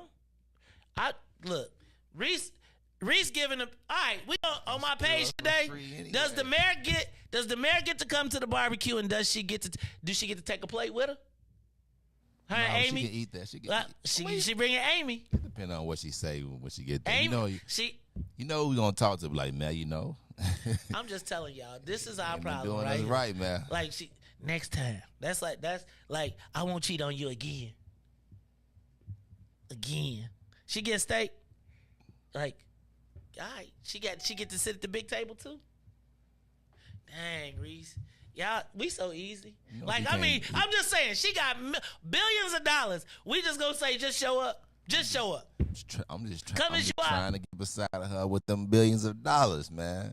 She got to bring. Man? I want you to say, yes, ma'am. Willie Wilson, Willie Wilson be passing his out. I'm just saying. Look, y'all. Riis giving her plates. Riis. She get front parking too. We got reserve parking. She don't like, you know how you block off your driveway? Can nobody parking that? You move your car. You ever been on a barbecue? Somebody move their car for that person. Dang, Riis, you moving man. cars. All right, y'all. So look, y'all know when it go down, right? Riis gonna be like, I could tell y'all. Look, you give me just look. Them over there crazy. They tell you I'll let you in. They want all of it. You can just give me a slice. I take my slice. I'm gonna take the crumbs at the gate. Just let me pass the crumbs out at the gate. Oh Lord, dude, Riis and real talk. Like, do they get to bring? They bring. What did she say? I'm bringing a potato salad. Who made it? Her, Amy. Who made the potato salad? Oh, Lord have mercy, Jesus. All right, y'all. This is the Maze Jackson Show. I'm your host, Maze Jackson. Got my man, my man DJ Riis to rule on the ones and two. Ones and two. Oh, dang, look at that. I'll take that. All right, look, y'all. This is the Maze Jackson Show. I'm your host, Maze Jackson. Got my man, DJ Riis the Ruler, who is just giving out plates at the barbecue. Riis be the people that be saying, I'll take your plate. I'm like, what did you put on? Riis be passing out plates, and he ain't even put on. Riis brought the pinwheels. Riis came with legs and thighs, talking about, I'll take a steak. I be hating them people. You brought legs and thighs. You ain't even get them separated. There you go, man. Take the wings, man. Take the wings.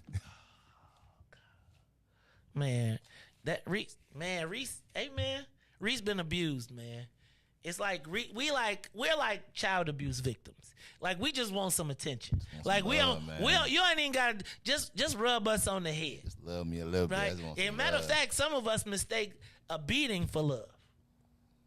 It's tired of getting zero, man. We got to figure out how we can stop getting zero. Like, I know we always want what we want, what we deserve, but sometimes, like, we got to just get a little something, and then we can, build on that. You sound like, let me put the tip in. It is week 304. Just let me put the tip in. Let me just put it in. Son right them none. I got to get something, man. I'm tired of us not getting nothing. But it's about what we do with that little bit of something, man. See, stop fighting for the 40 acres and the mule. Let's get the mule first, and then fight for the 40 acres. Man, give me the acres. I can work without the mule. Exactly. See, but you got to work backwards sometimes. Like, oh, man, why you want the mule? Be like, oh, I'll take the mule. They be like, take the mule. And then, what she don't know is we actually plotting to get the land. That's how it always sounds. It sounds like that way. Then you get comfortable with your little, thing. You be like, shoot, man, ain't nobody got the time to go out there. Oh, Lord, it's the Maze Jackson Show. I'm your host, Maze Jackson. Riis done went easy again. Riis, just give us just cut the check. That's what I want, my damn check. Anyway, go to my Facebook page. We're going to find out, does Mayor Lori Lightfoot get to come to the picnic? Because they offended her. Or does she got to at least bring a plate? Like, offense gets you to the picnic? Like, just because you got this, that means you get to come to the picnic? Somebody said she's not allowed on Chicago Avenue to serve back from Austin. No, Riis gonna have a maniac Latin disciple escort. She good with then. She good with. Oh no, dang. Oh no, she good because I'm past Austin. So come on, she can come to my barbecue. Forest Park. She can come to my barbecue. She goes to the barbecue in Forest Park. My barbecue. Does she get the mic at the Dan Ryan Woods? Does she get the mic at the Dan Ryan Woods? Can she come to the Black Greek? Let me stop. Yeah, we got a little roadcaster for that we already got into. She don't even need no mic. So can she come on the Maze Jackson Show and I just be like, hi, Madam Mary, just happy to have you. If she cut the check, you better be like, yeah, man. Man, sit down, Cut the check and then talk to her. See? She ain't like, your little station. Your little podcast. I see you got your little. Well, it'd be a lot bit bigger if you cut us some, some of that pie. Y'all be happy. First of all, you said you wanted crumbs. So there will be no pie for you. However, we won't get you the Roadcaster 2, but you can go on eBay and we'll get you part 1. I'll take it. Yeah, y'all, it's the Maze Jackson Show. This was a good one. I had fun. Maze, Riis, and Ruthie. No Ruthie today, but Maze and Riis. We'll have Ruthie on Friday. Tennille, yeah, we can reschedule. With that stated, I am the host of the Maze Jackson Show, where every single day we ask the question, what's in it for the black people? And if you don't like it, you can still tell them. Maze said, we out of here. Peace. Let's get down to business and go ahead and address the facts, man. Lightfoot seems more lesbian than black. Rahm Emanuel's another case. He was just as tired. 50 closed schools left much to be desired. Police had Anjanette naked on that body cam. They suppressed the footage so it couldn't touch a lot of hands. Reminds me of that 16 shots in that cover up. Both of them similar, so I went and dug it up. George Floyd killed, a lot of riots happened in the town. Southside burned and they wouldn't let them bridges down. Grandmother sick, need a prescription and plus a couple groceries. You gon' have to travel just to get it now. COVID-19 out here shutting all the business down. Not enough SBA loans to even give around. So many failed businesses that you can put them in the pile. If you don't survive the pandemic, it's gon' sit you down. We sing, dance, play ball, entertain, and crack jokes. Government infested black neighborhoods with crack smoke. System milk is so bad, we got lactose. Still trying to find out what's in it for us black folks. We sing, dance, play ball, entertain, and crack jokes. Government infested black neighborhoods with crack smoke. System the milk is so bad, we got lactose. Still trying to find out what's in it for us black folks. Shout out to Willie Wilson, hope one day you get to send it. We need some different players in the game to handle business. So many shady characters like Madigan and Blago. But when you really break it down, it's typical Chicago. City full of gangsters, it's what the land was built on. Same streets with hood legends DNA get spilled on. Jackets